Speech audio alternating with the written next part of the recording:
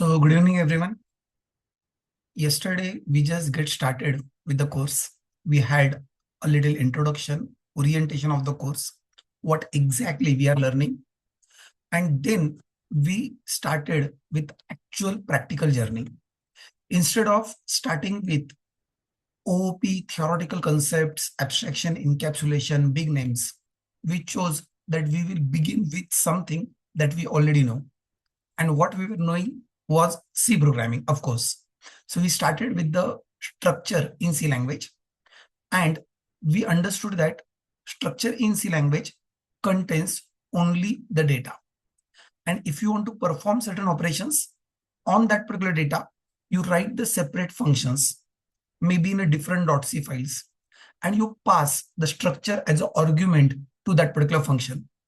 And once you pass it as argument to the function, inside that particular function, you start operating on that.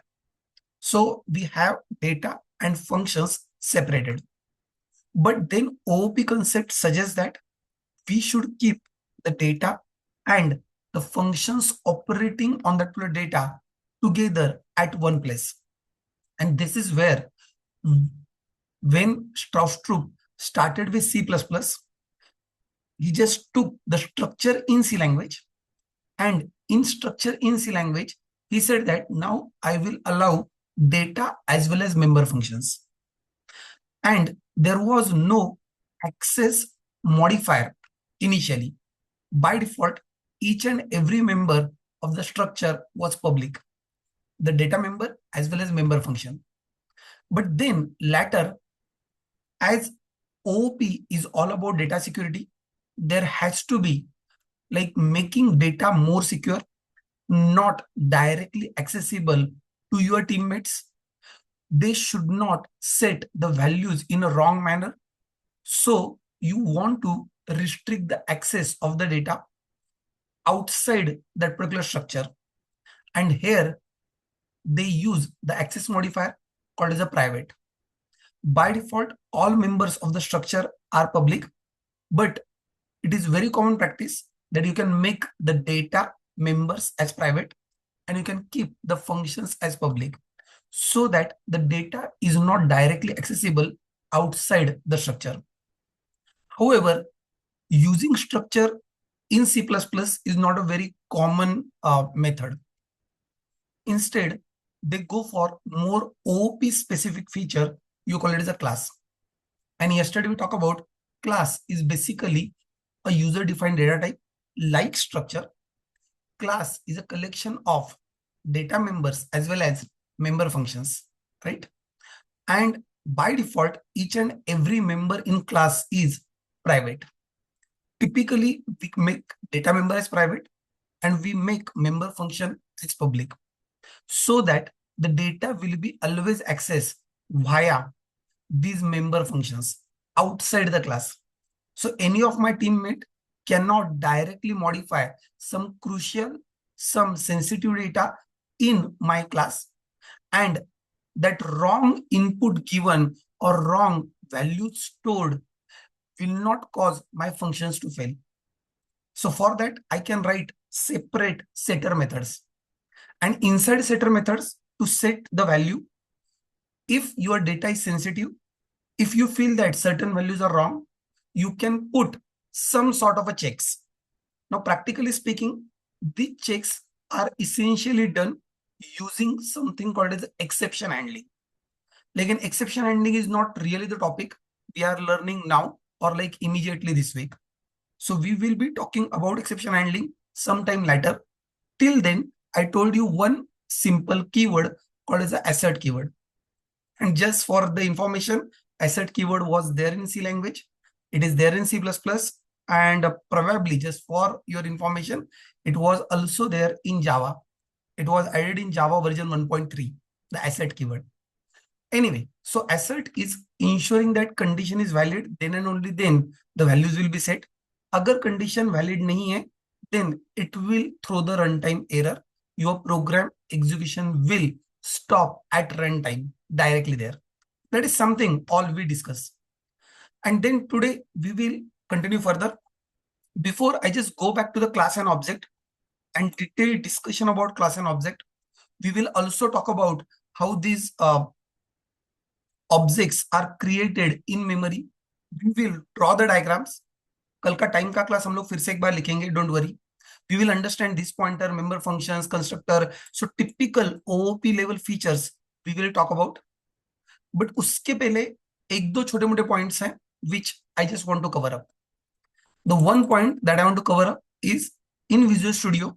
Yesterday we directly created a project. I just want to have a bit information about what is projects and solutions. Number one. And number two, we have like compilation and execution of any C++ program. Now, to be frank, अगर आपको C already आता है, तो C का compilation और C++ का compilation, it is not anywhere different. It is absolutely same. No change at all, guys. But still, for sake of completeness, we can have a quick understanding of even C++ compilation, and then we will go back to our yesterday's class and object. We will write some code, and then we will continue with the OOP feature. I hope that is clear. Let us just get started, and let me first show you how we can create a solution, how we can create a project, and then I can explain you probably diagrammatically how exactly it is to be done. I have already started the code sharing, but currently that code sharing should be empty. There was like nothing over there, correct? But let me create file, new, and today we will take a little different approach. Instead of creating console application like yesterday, I will first create a blank solution. There's a concept called the blank solution. I'm creating a blank solution. I click on next. I put it in a day 02. You can give, of course, any name to that. I'm giving a name as day 02 solution. That is the name I'm choosing. And then I click on create. What exactly happened is that I have created a solution. Let me show you the directory. So here day 02 directory is created. And inside this particular directory, there is one solution file is created. This is something right now available. Now, inside the solution, I can keep adding multiple projects. So I can right click on the solution and I can start creating a new project. Yesterday, we didn't create solution and project separately, but it is more common approach that we first create a solution, and inside solution, we can group all related projects. All related projects. What I'm planning is that every day I will create one solution, and within a solution, I will create multiple different demo projects, right? So I will create a new project. And in this project, like yesterday, we will select C++, we will select Windows, we will select console, and then we will have a console application. I can click on next. I can give the name, let's say demo 01 of day 02, and I can click on create. Again, you can wait and you can cross check what exactly happened in background. Let me just write that code, something that we wrote yesterday. We had like a printf, hello world, all there, return 0. I guess that is looking good. It's good enough. And you can go back and you can cross check what exactly happened. Yes, we have created a solution folder, and inside solution folder, we have one solution file. Now we created a project. So you see demo 01 project is created inside the solution. And inside the project, you will find that there's a project file. And then we have demo01.cpp, the file that we have created just now. You can go ahead, you can build the project. Moment you build the project, or you can even build the solution. Building solution means building all the projects inside that. So I have just built the solution. Now go and check. You find that this is a solution. The solution has got a project, and inside the project, since currently I'm running on 8086, 64-bit architecture. So x64 folder is created. Inside that, debug folder is created, and inside that you will find that my executable files or intermediate files are created over here. These are all intermediate file. Sir, where is actual executable file? The actual executable file you can find it into the solution. So solution के अंदर जो debug है उसके अंदर we have demo01.exe created, and in this demo01.exe whatever is available, you can simply say control F5 over here. You can run that. You can see the output. You find that solution के अंदर का x64, उसके अंदर का debug, उसके अंदर demo01.exe that is created. That's it. This is something right now in front of you. I just given you the idea. अब हम लोग क्या किया हम लोगों ने? Let me draw a diagram to understand this better. What is solution? What is project? Again, this is for those people who are using Visual Studio. अगर आप लोग Visual Studio नहीं यूज कर रहे हो, आप लोग VS Code यूज कर रहे हो, कमांड लाइन कंपाइलेशन कर रहे हो, that is absolutely fine. लेकिन अगर आप लोग Visual Studio यूज कर रहे हो, like me, then you should have little bit idea about that. Correct? So first of all, what is this solution and what is this project? So you understand a quick definition saying that solution is group of related projects.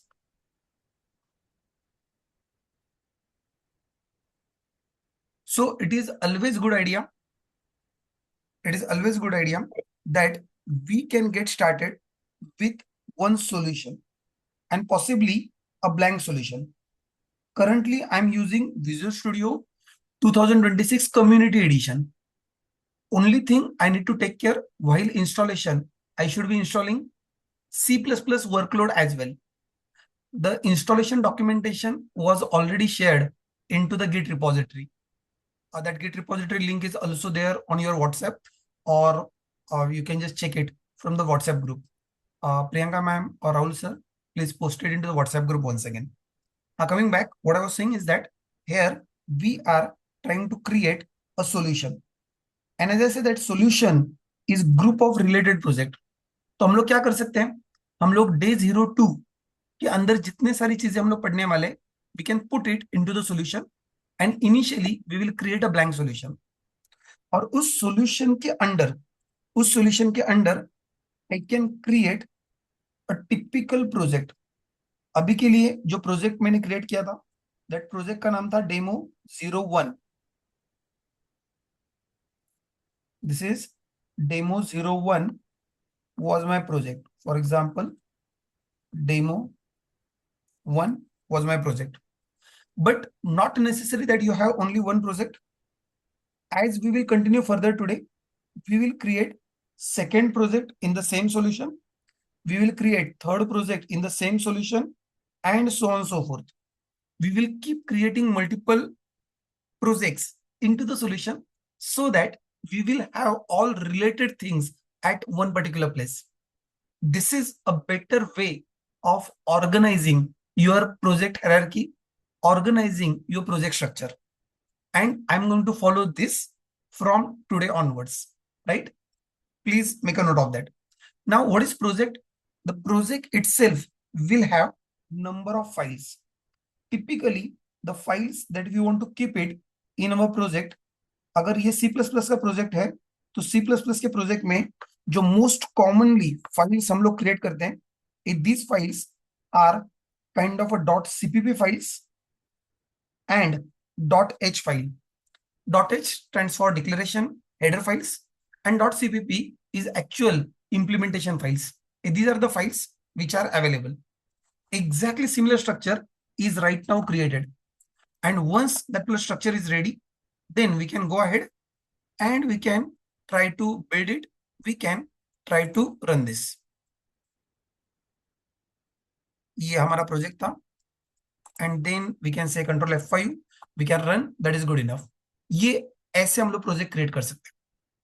And then we can probably create the second project. Let me show you that as well. We can simply say add new project. We can again say console application. Take a look at this. You can click on next. You can mark its demo02 and then you can click on create. Please note that by default active project is this one, demo01. अभी आपका demo01 run करके हो चुका है. अगर आपको demo02 run करने के लिए जाना है तो all I need is right click and I need to make this as a startup project. Making this as a startup project will make that particular project as active project. And now here onwards, my program will be this particular program, like hello C++ program. I will be able to run it. Control F5, it should give you the answer like hello C++, right? This is something that we can follow. Of course, I'm not going to keep creating the hello programs altogether. But then there should be a next question in your mind. That is fine. We are using Visual Studio and we are just saying Control F5. We are executing the program. Everything is going wonderful. But जब मैं Control F5 press करता हूँ, तो what is exactly happening in background? How exactly my program is getting compiled? How exactly my program is getting executed? So let me just talk about that once again. So this is about C++ program compilation and execution. Let me tell you frankly, nothing special about this. अगर आपको C language का programme compilation और execution आता है, then it is exactly same process is happening over here. No difference as such. However, just that for sake of completeness, let me quickly talk about what all things are happening over here. So currently we are creating a very simple program called as a .cpp program. And when you say Control F5, what is really happening in background? In background, ये जो .cpp file है, इसको हम लोग कहते हैं source code. If you are probably absolute beginner, आप लोग कुछ शॉर्टकट स्टेप्स ले सकते हो, लेकिन एज्यूमिंग कि आप लोगों को ऑलरेडी सी आता है तो maybe some basic steps आपको ऑलरेडी पता होंगे. तो मैं थोड़ा सा डिटेल में बताता हूं कि एग्जैक्टली प्रोग्राम कंपाइल होता है, मतलब अंदर क्या क्या होता है. It is not like directly .cpp file का डायरेक्टली .exe बनता है. Never. It is going through multiple stages, multiple phases. Just when you hit one Control F5, what happened? The very first step that runs after this is it will internally call something called as a preprocessor. It calls something called a preprocessor. Now, whenever I'm writing a C++ file, I'm writing some statement like hash include, or in C language, we write hash define. All the statements which are starting with the hash, they are called as a preprocessor directive. They are same in C as well as C++ both. But these preprocessor directives are internally processed by a very special tool called as a preprocessor. This preprocessor also removes the comments written in a program. So अगर आप लोगों ने कोई comments लिखा है, single line comment or multi-line comments, they are also removed by the preprocessor and the output file is generated. ये जो output file generate होता है, this file is intermediate file. So not every time you will be able to go back and actually see what exactly the file name is present on a disk. Intermediate file वो file create होता है और बाद में immediately delete भी हो जाता है. तो उसका extension and all that kind of stuff you may not see, but this file is .i file. इस फाइल को कहा जाता है something called as a expanded source code. What is expanded source code? अगर आप लोगों ने लिखा है hash define pi 3.14, तो जहां जहां पर आपके कोड में आपने pi यूज किया है, that is replaced by 3.14 by the preprocessor. अगर आपने लिखा है hash include stdio.h, actually stdio.h वहां से उसके सारे कंटेंट कॉपी किए जाते हैं और आपके .i फाइल में ऐड किए जाते हैं. तो इन शॉर्ट आपका कोड एक्सपांड किया जाता है. That is the reason it is called as expanded source code. Now this expanded source code is given to something called as a compiler. What is the primary purpose of the compiler? The very primary purpose of the compiler is to check the syntax error. कि आपके पूरे code में कहीं पर semicolon तो missing नहीं है, curly bracket आपके मिसमैच हो गए, पैरेंथेसिस मैच नहीं हो रहे, आपका वेरिएबल डिक्लेयर्ड ही नहीं था, आपने डायरेक्टली यूज किया है. So any such kind of mistake that you have done in the program, that is called as a syntax error, and this syntax errors will be checked by the compiler. That is the first thing. But second, उससे ज्यादा important चीज ये है that after ensuring that all your syntax is valid, it will convert this human readable code which is written in a source code or expanded source code, it will convert it into the machine understandable binary code. It will convert it into the machine understandable binary code.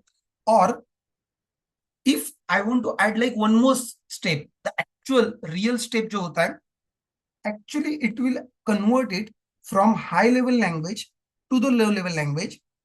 That language you usually refer it as dot assembly file. Dot assembly file Windows में dot assembly होता है, Linux में it is dot S file. By the way this is not binary file, this is also the textual file, and what it contains is assembly code. Maybe आप लोगों ने सुना होगा compiler convert program from high level language to low level language. तो यहां पर जो code है, this particular code is basically the C plus plus code. लेकिन ये कोड जब यहां पर कन्वर्ट होता है, इसके अंदर it is assembly code, and assembly code is always hardware specific. It is always your CPU specific. That is the reason assembly code is a low level code. So my compiler will convert high level C++ code into low level assembly code. Great. Then the next part. Now this particular assembly code is to be given to another special tool, and that special tool is called as assembler. The tool we have is a assembler. Assembler is one who is actually converting into the binary, who is actually converting into the machine level code. So here you will find that it is a machine level code. Extension of this file is .o file. अगर आप लोग Linux में हो then it is .o file. अगर आप लोग Windows में हो then it is .obj file. .o file और .obj फाइल, इसको हम लोग कहते हैं technically, this is referred as object code. And what object code contains? Object code contains machine level binary code. It is a binary code, zeros and ones into different sections. It is sectioned binary code. Now in this particular case, what you have the machine level code corresponding to the source code that you have written. So कल अगर हम लोगों ने code लिखा है like hello world, तो उस hello world का बाइनरी कन्वर्जन ये आपको यहां पर मिलता है, ये कन्वर्जन आपको यहां पर दिखता है. लेकिन कल के आपके कोड में आप लोगों ने प्रिंटएफ भी किया था. Now printf you have called, but printf you have not written, you have not defined, you have not implemented. तो printf का जो बाइनरी कोड होता है, that code is not available inside this file. वो code आपको इस file में नहीं दिखेगा. तो सर वो कोड कहां पर होता है? That code is available outside. That code is kept in the special files. You call it the library files. In fact, that is the reason we call these functions as a library function. Printf, scanf, strlen, and all that kind of functions, library functions. क्योंकि उसका code library में pre compiled library files में रखा जाता है. Now this pre-compiled library files which can be kept outside, कहां पर draw करूं? Let me find out. Let me draw it somewhere outside. ये लाइब्रेरी फाइल हम लोग नहीं बना रहे. This library file you can consider it as a .dll file, or you can talk about .so files. Windows में आप लोग DLL dynamic link library बात करते हो, और लिनक्स में उसके लिए एक्सटेंशन होता है .so. .so stands for shared object. Correct. So we have, these are nothing but library files which contains the code of predefined function, printf, scanf, and all that kind of stuff.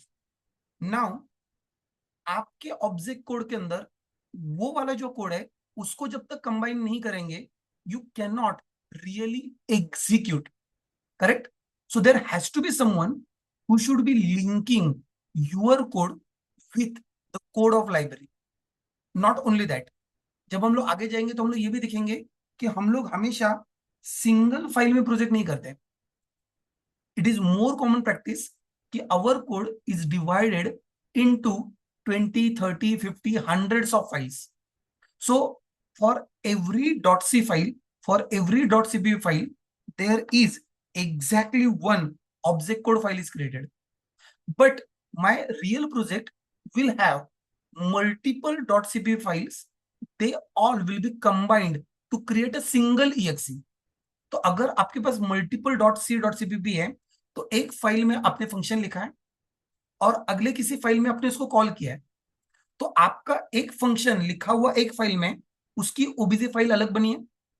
उसको call आप लोगों ने दूसरे file में किया है, उसकी OBJ अलग बनी है. Even that has to be link together. I am repeating it once again. यहां पर क्या क्या लिंक करने की जरूरत है. अगर आपका प्रोजेक्ट सिंगल फाइल प्रोजेक्ट है जो कि कल हम लोगों ने बनाया था, so in that particular case also you need linking the code that you have written over here. You want to link it with the code written in the library printf scanf, right? So ये यहाँ पर this particular linking has to be done. That is situation number one. Situation number two, my code is written in multiple .cpp files. If my code is written in multiple .cpp file, now these multiple .cpp files, in one file I have written a function, in another file I am calling the function. The first file will have a separate obj. The second .cpp file created will be converted in a separate obj. Now these objs has to be also linked together to create a final executable. Correct? तो ये कैसे हो सकता है? उसके लिए भी आपको लिंकिंग की जरूरत है. उसके लिए भी आपको लिंकिंग की जरूरत है. And that linking is typically done by something called as a linker. So linker is going to link these binary files, either your multiple obj files or your obj files and library files. They are combined together by the linker, and linker is one who will actually create the final executable. Linker is one who will create a final executable file. And this is my final executable file. Again, अगर आप लोग Windows में हो, it is .exe. Linux में extension is not required, but it is very common. People use the extension called as a .out extension. And this is again a binary file. You can expect that it will have combined code of all your obj files. So in your project, you have 10 .cpp files. 10 .cpp files will have 10 obj files, and all those 10 obj files, final one executable which is created, that will be .exe or .out by the linker. You will have all the machine level code together.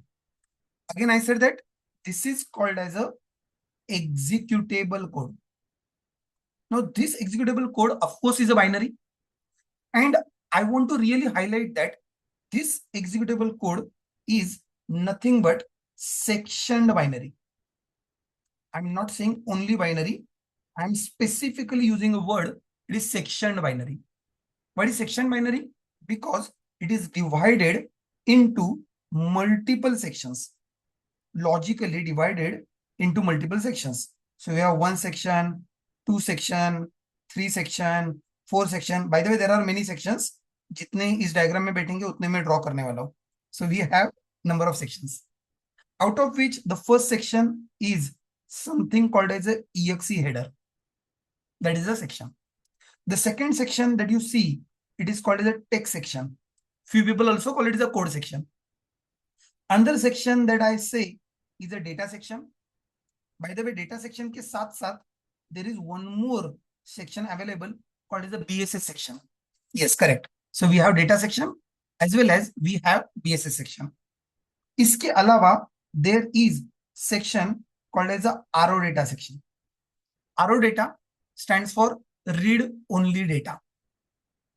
RO data stands for read only data, and BSS stands for block started by symbol. These are the sections. And then there is another section called as a symbol table. अगर आप लोग interview में जा रहे हो तो basic compilation और execution का स्टेप पता होना कंपलसरी है for C as well as C++, both. ये कम से कम पता होना ही चाहिए, is the minimum required. That is the reason, for sake of completeness we are adding this flow. तो सर ये जो सेक्शंस है, ये सारे सेक्शंस एग्जैक्टली यहां पर क्या क्या रखा जाता है. As I said already, let me just quickly walk through this. Here we are writing a source code, and source code you can have multiple statements started with hash. Started with hash, those are called as a preprocessor directive. Hash define, hash include, and all that kind of stuff. These hash defined statement are handled by the preprocessor. And pre processor क्या करता है, अगर हमने लिखा है hash define पाई 3.14, तो जहां जहां पर मैंने पाई लिखा है it is replaced by 3.14. That is how the macros are handled in C as well as C++. This file is called as expanded source code. It is an intermediate file. Then that is given to the compiler. Compiler is converting it from high level language to low level language.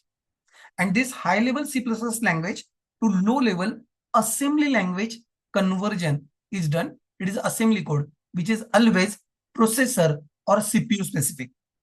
Then this particular file, we will give it to something called as a assembler. V means internally the system. जब हम लोग control F5 करते हैं तो अंदर ये सब कुछ automatically होता है.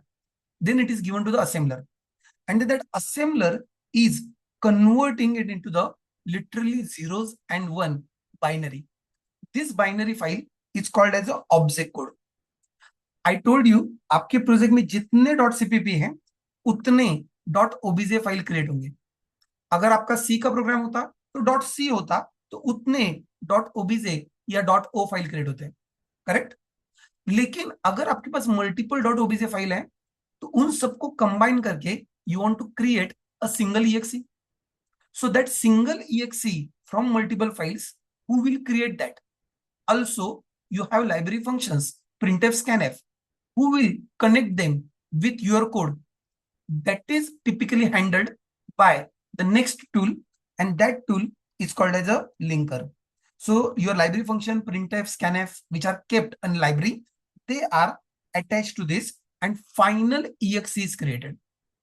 Let me tell you that this compilation and execution flow is absolutely same for C as well as C++. Ramya, I hope this gives answer. Let us go ahead. I was talking about this .exe file and what this section contains. What these sections contain is not to go into too details of it, but just a quick overview of this. What this header contains.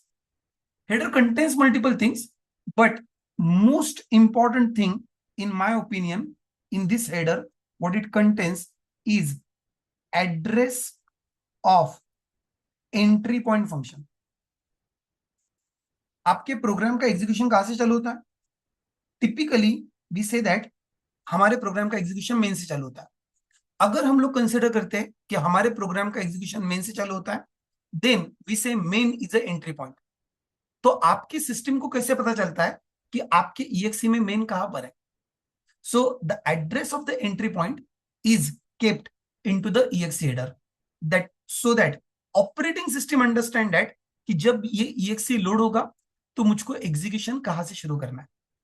Second important thing that it will contain, second important thing that it will contain is it contains information about all segments or all sections.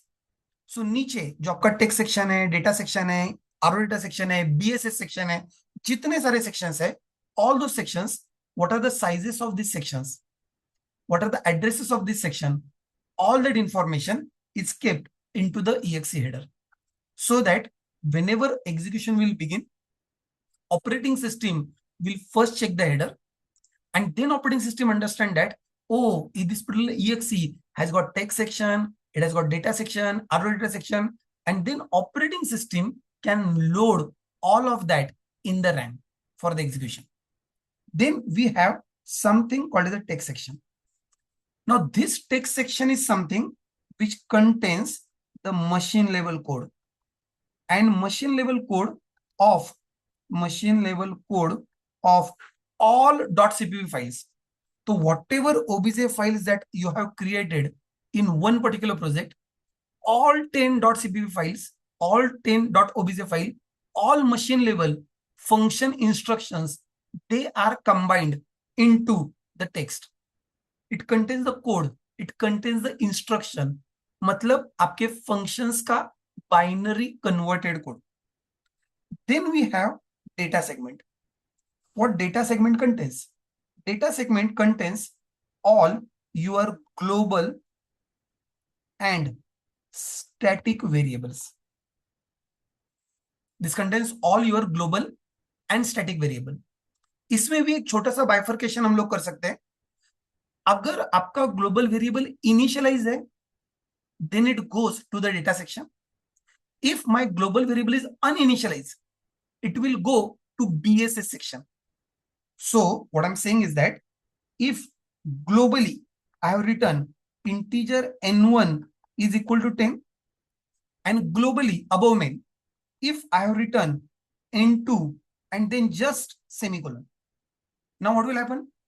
This particular part will go to the data segment or data section, while this particular part will go to BSS segment. So Shailesh, you are talking about BSS. So BSS contains, BSS full form is block started by symbol, and all it contains is uninitialized global and static variables. All global and static variable. मैं diagram में अलग से draw नहीं कर रहा हूं, diagram के लिए जगह कम है. Anyway, I'm just going ahead. Then the next part, we have RO data segment. What is present in RO data segment? RO data segment typically contains your constants, and primarily I talk about string constants, and of course even other constant. Yeah. So we have constant and we have string constants over there. Like yesterday we written printf double quotes hello world, where that hello world was stored. That hello world was stored into the RO data segment. Finally, we have a symbol table. What is symbol basically? The symbol basically is nothing but your variables and function names. Your variable names and function names, they are combined together. They are called as symbols. So information about the symbol, कि आपका कौन कौन से variables आप लोगों ने use किए हैं, what is the name of the variable, what is the size of the variable, what is the address of the variable, what is the section of the variable, all that information is kept into the symbol table. Correct? That's it. I repeat quickly about data segment. Global and static variables. Global and static variables, they go to the data section. Especially initialized global variable and initialized static variables, they go to the data section. And uninitialized global variable, uninitialized static variables, they go to the BSS section. So Akshay, over here, the important part is initialize and uninitialize. Important part is not global and static. I hope that is clear. Correct? So initialize global and static variables in data section, uninitialize global and static variable in BSS segment. Yes. Yes, your question is valid, Mayura. There is also some concept called as static linking and dynamic, Mayur. So static linking and dynamic linking. Abhi ke liye, I will not go into the two details of that, but for time being, I'll just put one line about it. One line about it, where static linking is nothing but done by the linker. Linker is accommodating all code together. That is called as static linking. आपके library का printf scanf का code भी आपके exe में add किया जाता है. That is called as a static linking. लेकिन there is a dynamic linking. Dynamic linking का मतलब होता है लाइब्रेरी का कोड आपके EXE में ऐड नहीं होता. Library is kept separately. When you run the program, at that time, library is loaded at runtime in memory. That is referred as a dynamic linking. Someone asked the question, what is static linking and what is dynamic linking? So there are two types. In static linking, what happens? Your library files, they are not .dll, they are not .so. They are typically .lib files and .a files on Linux. These are called as a library files. So linker will get their code and put it in your exe, making size of exe bigger. That is called as static linking. Advantage is that runtime पे आपको कुछ ढूंढना नहीं पड़ेगा. That is static linking. What is dynamic linking? Where only the information about library like DLL or .so file that is associated with your exe. Nothing like पूरा code नहीं copy होता है, right? So in that particular case, that library DLL or .so file is loaded at runtime whenever you call printf scanf functions. So that particular part is called as a dynamic linking. I guess Mayur, that should be fine. The basic introduction, static and dynamic linking. अगर बाद में कभी time मिलेगा तो we can talk about it in more detail. But then at the moment we have this exe file or .out file, everything is like created. But ये exe और ये जो file है, where this particular file is been kept, I know that yes, this particular file is kept on hard disk. ये जो आपके files है, in fact all the files which are kept on hard disk. Now the big problem is that you cannot run any program on a hard disk. Just not possible. Hard disk program रखने के लिए होता है, hard disk program को run करने के लिए नहीं होता है. So what is program? ये जो आपकी .exe फाइल है, ये जो आपका .out फाइल है, इसी को प्रोग्राम कहा जाता है. This is a program, this is a program kept on hard disk. तो सर इसको रन कहां पर करेंगे? If you want to run it, you have to have something called as a random access memory. आपके laptop को RAM होता है? Yes. सो आपके रैम में आपका प्रोग्राम रन किया जाता है. So we have like a RAM created over here, और इस रैम के अंदर हमारा प्रोग्राम लोड हो सकता नहीं, करना ही पड़ता है, चॉइस ही नहीं है. We have RAM done. So whenever you try to run a program, control F5 करते हो तो आपका exe क्रिएट भी होता है और रन भी होता है. तो what your operating system does, now please note role of operating system. What your operating system does, it takes your executable file, executable file, and that executable file, it will bring it into the RAM. Who is bringing that? Operating system. Who is bringing that? Operating system. But sir, operating system में exactly कौन? OS तो बहुत बड़ा होता है. तो operating system के अंदर एक special unit होता है. Yes, Vishnu, correct. So that unit is called as a loader. Loader is a part of operating system, and loader will load your executable file into the RAM for the actual execution, right? और जब इसको memory में load किया जाता है तो memory में, please note that, मैं थोड़ा सा डायग्राम ड्रॉ कर रहा हूं. There is one question pending, please pay attention. So यहां पर क्या क्या लोड होता है? क्या क्या लोड होता है? यहां पर तुम्हारा टेक्स्ट सेक्शन लोड होता है, करेक्ट. यहां पर तुम्हारा डेटा सेक्शन लोड होता है, that is also correct. PSS भी लोड होता है. यहां पर तुम्हारा आरओ डेटा सेक्शन भी लोड होता है, that is also correct. But wait, apart from text section, data section, RO data section, there are two new sections are created. जो सेक्शन आपके फाइल में नहीं थे, ऐसे दो नए सेक्शन क्रिएट किए जाते हैं. The first section is referred as a stack section, and second section is referred as heap section. These are two additional sections created over here: stack section, heap section. Stack section, heap section. These are two new sections. ये आपके exe file में, executable file में, आपके programme में ये sections नहीं थे. They were not there. तो अभी आई गेस मुझको टेक्स्ट, डेटा, आरओ डेटा आपको एक्सप्लेन करने की जरूरत नहीं है. Text contains the machine level code which was present in exe. Data section contains global and static variables. plus BSS, that is uninitialized global and static variable. RO data section contains the constant like string read only constants.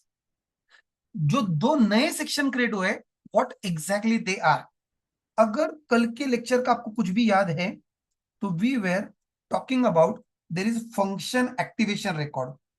तो वो जो function activation record है, that function activation record is created on the stack. ऐसा कुछ तो हम लोग कल बात कर रहे थे, याद है? So that particular part is nothing but function calling stack is over here. Whatever that yesterday we were talking about a function activation record and all that kind of stuff, yes, that function activation record is created in this particular stack. That is one thing. And second thing, we have another one called as a heap. So into the heap, as someone has asked the question, what happens to the dynamically allocated memory? So Aditya, answer to that is heap. So this heap is for dynamic memory allocation.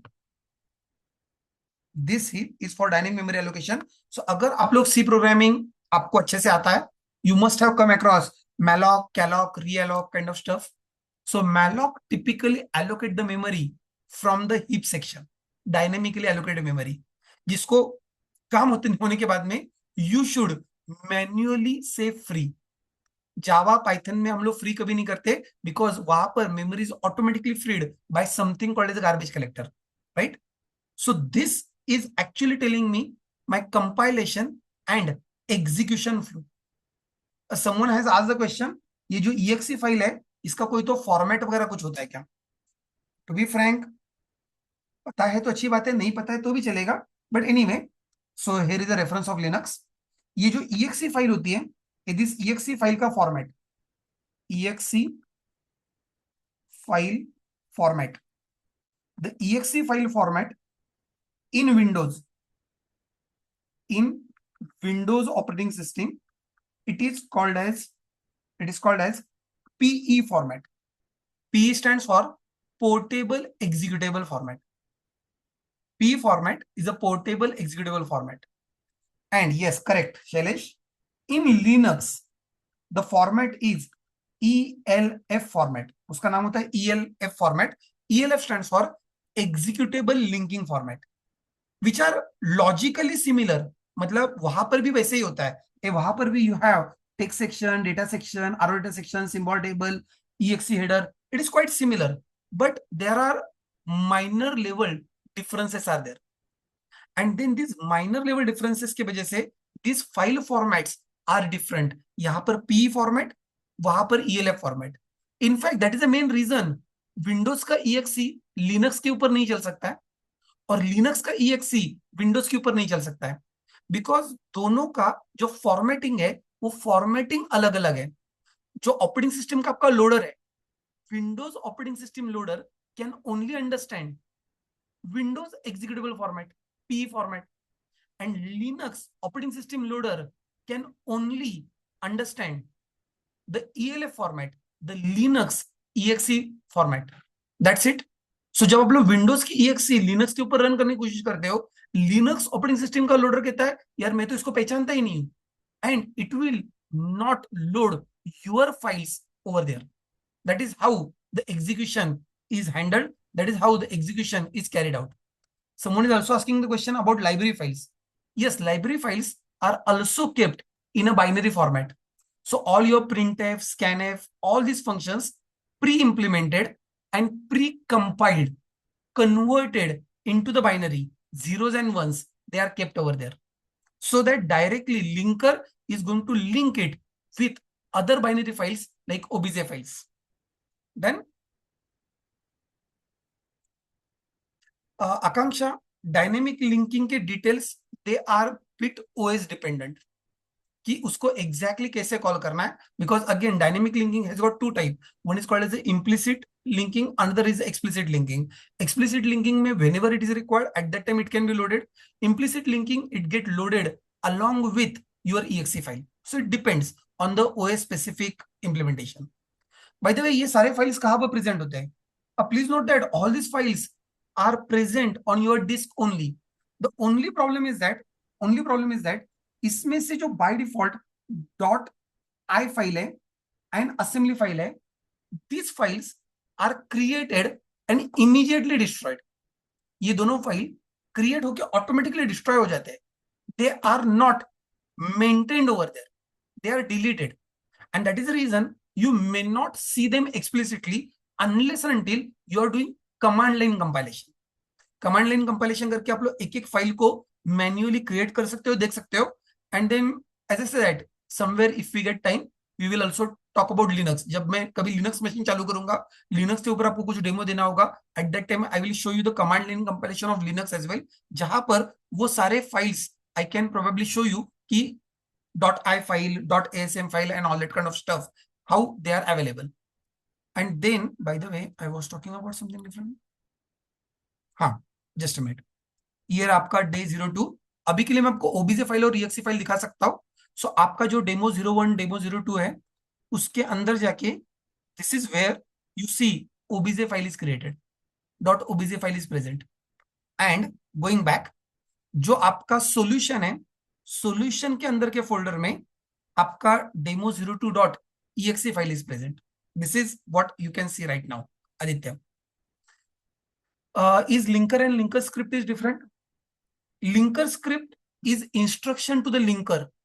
You are telling the linker how to link the things, at what address the text section, data section to be loaded. So those instructions, they are referred as a linker script. So linker script is a textual file which is given as an input to the linker. Given as an input to the linker. I hope that is fine. Object files are processor specific. Yes, these are also binary files. These are also machine level files. So even your OBJ file, even your DLL files, and of course exe file, these all files are processor architecture specific. Take care of it. Done.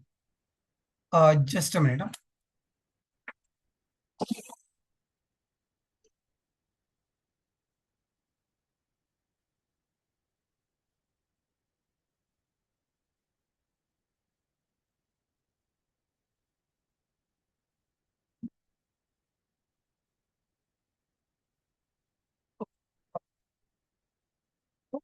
You have got like enough of idea how exactly the things are working, right? Can you clarify a difference between processor specific file and OS specific binary? See, processor specific file, when I talk about, it means that it contains the instructions, machine level instructions, which are understood by the processor, which are understood by the CPU. This is called as a processor specific. Now, typically, अगर मैं x86 machine के ऊपर हूं, तो मेरे machine के अंदर, अगर मैं x86 मशीन के ऊपर हूं, तो मेरे मशीन के अंदर विंडोज भी इंस्टॉल्ड है, लिनक्स भी इंस्टॉल्ड है. अगर मैं विंडोज पे कोई तो डॉट exe क्रिएट करता हूं, लिनक्स के ऊपर अगर डॉट आउट क्रिएट करता हूं, मेरा सीपीयू सेम है. तो टेक्स्ट सेक्शन के अंदर जो मशीन लेवल का कोड है, that machine level code will be same because my processor is same.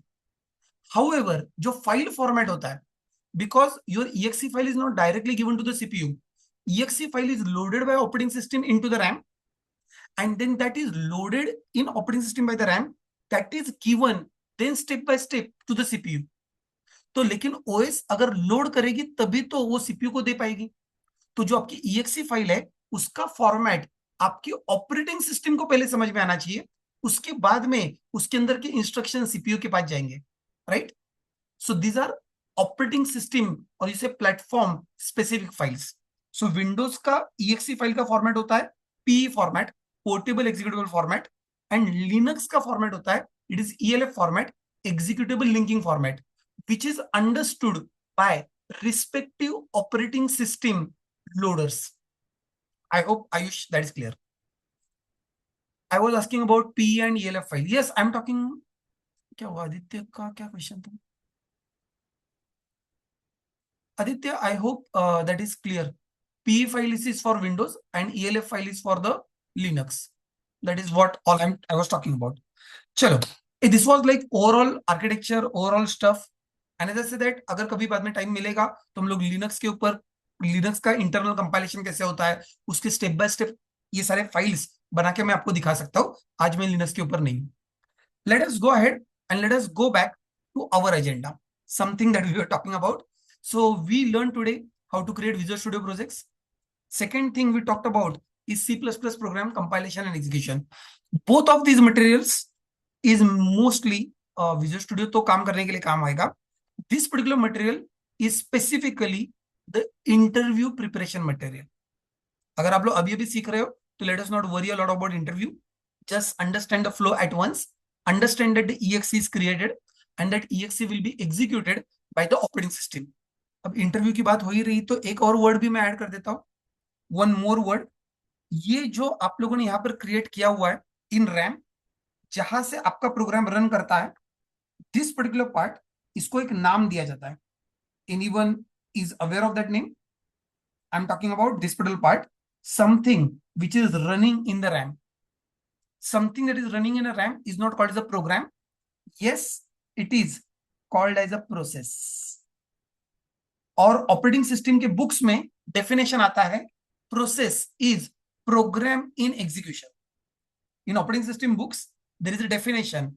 Definition is program in execution is called as process. तो ये रहा प्रोग्राम, ये रहा process. You can just a definition, nothing else. All right. Now let us finish up that and we can jump on to the next point, back to the object-oriented programming. Basic C++ is an object-oriented programming language. So object-oriented programming language, these are several features which are C++ language specific features. Yesterday we were writing a class. Let us go back. Let us rewrite it. एक बार quickly अपना एक basic revision हो जाएगा and then we can draw the diagram and we can try to understand what exactly happened there, right? And meanwhile there are also couple of other points that I want to edit. Let us get started. Yesterday we were creating a class and the class we create was a time class. Please note a small syntactical point. अगर आप लोग जावा C sharp background से हो तो usually हम लोग class लिखते हैं और उसके बाद में हम लोग सेमीकोलन नहीं लिखते. लेकिन अगर आप लोग सी लैंग्वेज के बैकग्राउंड से हो तो स्ट्रक्चर के कर्ली ब्रैकेट के बाद में सेमीकोलन लिखा जाता है. क्लास क्लास के कर्ली ब्रैकेट के बाद में सेमीकोलन लिखा जाता है. Please take care of it. Then we said that we want to have the data members and it is always good idea that data members has to be declared private for sake of data security. We discussed yesterday. So we have hours, we can have minutes, we can have seconds. आप लोग एक line में भी लिख सकते हो, allowed है. And then we can have over here like a display method. Yesterday we were writing display method and inside display method I can just try to display the time and this time is %d, %d, %d, hours, minutes and seconds. So I'm trying to print hours, I'm trying to print minutes, I want to print seconds. That is okay, that is fine. And then we said that we want to create the object time t1 और इस object के अंदर in the class you have data member as well as member functions. Data is private. I cannot really initialize it over here. If I try to initialize, it is error that private members cannot be accessed outside the class. It is private to the class, accessible only inside the class, not outside the class. And then we have second. Then we have second like display method. Yes, I can definitely call the display method. Display method हम लोग call कर सकते हैं. There is no problem because the method is public. If I run this program, Control F5, you see certain output, and you see that suddenly output is something vague. Why output is something vague? Please note that my T1, this particular variable of type time. By the way, जब structure होता है तो structure के आगे हम लोग struct keyword लगाते हैं. क्लास के आगे हम लोग क्लास कीवर्ड नहीं लगाते. Not required. It is not really the convention. So you only write the class name and you directly write the name of the variable. So time t1. But don't you think that it is a local variable? And your local variable is created on a stack. I guess कल हम लोग यही तो बात कर रहे थे, local variables are created on the stack. I guess today you can understand better which stack we are talking about. I'm talking about this stack, guys, right? This stack. So it is created on this plus stack, local variables. Anyway, now you are coming back. और वहां पर जब कोई variable create होता है, and if it is uninitialized, the values by default are garbage. All local variables in C language as well as in C++, if they are uninitialized, by default, they are garbage.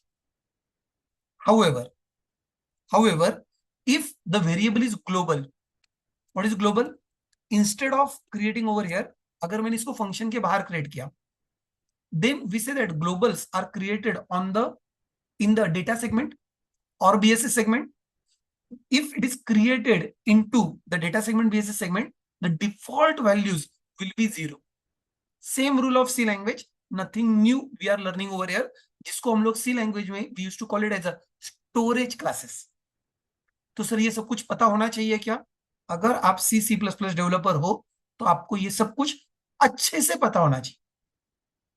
Java developer, Python developer do not really bother about कि कौन heap पे गया, कौन stack पे गया. We don't care because everything is being manage by the JVM PVM internally. Garbage collector is there to take care of. यहाँ पर सब कुछ आपको ही केयर करना है. So you should be aware of, अच्छा ये ग्लोबल था, ये लोकल था, and all that kind of stuff, right? Anyway, coming back to this, we have worked with this. Now, what if I want to declare another time? Yes, we can have another time declared over here. This is also another local variable created on the stack. And then we can also make a call to the t2.display. Now, do you really think that ये दोनों same है, अलग अलग है? Of course, t1 has got a separate memory and t2 has got a separate memory. Let us assume that for time being, it can be anything garbage, but let us assume that अगर इस t1 के अंदर time है 10 hours 10 minutes 10 seconds, और इसके अंदर time है 15 hours 15 minutes 15 seconds, something like that. So how exactly display will take care of displaying the things rightly? I guess that is something worth understanding. कल मैंने आपको डिबग करके दिखाया था, ये दिखाया था कि जब हम लोग T1 के ऊपर डिस्प्ले कॉल करते हैं, अंदर T1 का डिस्प्ले काम करता है, और अगर T2 के अंदर हम लोग डिस्प्ले करते हैं तो T2 का डिस्प्ले कॉल करता है. ये मैंने आपको कल बताया भी था. एक काम करते हैं, 2 मिनट के लिए, let us not even assume, for time being let me make it public, and let me literally write it. RC is equal to 15, minutes is equal to 15, और 10 बात कर रहा था ना मैं. Okay, 10 10 10. Okay, and we have next T2. By the way, code sharing is working today, Priyanka ma'am?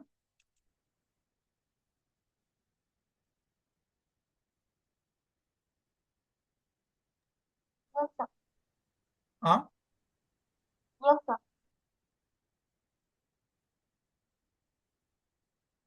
Crash हुआ क्या आज भी?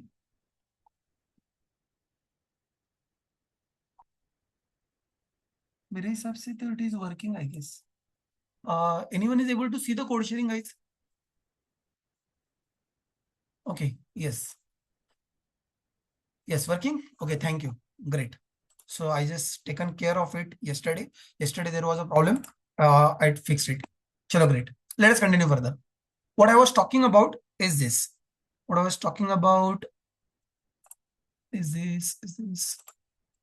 All right.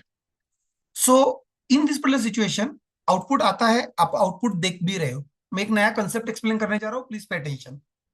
yesterday I shown you debugging. मैंने आपको F10 डिबग करके दिखाया था कि जब हम लोग T1 डॉट डिस्प्ले कॉल करेंगे तो T1 डॉट डिस्प्ले के अंदर T1 is ours minute second 10 10 10 है, तो यहां पर hours is equal to 10, minutes is equal to 10, seconds is equal to 10. yesterday I shown you, yes, it is taken automatically. then I say that T2, and then T2, it is also taking it automatically. But what is really magic behind this automatic? Exactly, ये कैसे काम कर रहा है? Let us try to understand what is really happening over here. मैंने आपको बताया था कि C++ is designed by the Shostru, and when he designed C++, he initially started with a C language itself. In fact, the first name of C++ was not C++. The very first name of the C++ language was C with classes. तो उसने क्या किया था? उसने एक ऐसा C++ का language का कंपाइलर बनाया था. Listen carefully. उसने C++ लैंग्वेज का एक ऐसा कंपाइलर बनाया था that compiler is converting the C++ code into corresponding C language code. I'm talking about early days of C++ development. जब C++ पहली बार बनाया गया था, it was not C++, it was C with classes. And in C with classes, what he has done, he has written one mini program, a small program, where he kept all these features of class, public, private, and all that kind of stuff. And he converted that class code internally into pure C-like structures, C-like functions. सब कुछ C के code में वो convert करता था. Anyone knows by any chance वो जो पहला कंपाइलर बनाया गया था C++ का, what was the name of that compiler?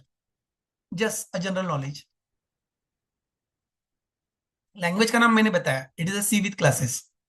वो जो पहला कंपाइलर बनाया गया था, what was the name of that compiler which was converting your C++ code internally into C code? No, the name was C front compiler. C front compiler, CFRONT. That was the original implementation of C++. तो I just want to tell you, तब उसने अंदर क्या किया था, because the technique is still same. आजकल Cfront use नहीं होता है, but internally the C++ code is directly converted into the assembly language, not into the C language. Nowadays it is converted from C++ code directly into the assembly language, but the logic आज भी वही चल रहा है. क्या logic चल रहा है? Try to understand. क्या लॉजिक चल रहा है? Try to understand. whenever you are writing a member function and whenever you are calling a member function on any object, internally it get converted into the function call, and by default your first object, जो भी आपका object है जिसके ऊपर आपका method call हो रहा है, that object address is internally passed as an argument. That is internally passed as an argument to the function. That is good. अब कॉमन सेंस है, अगर वो इंटरनली आर्गुमेंट पास हो रहा है तो यहां पर भी ऐसा कुछ तो होना चाहिए कि whatever function been written over here, उसके अंदर भी internally it has to collect that address.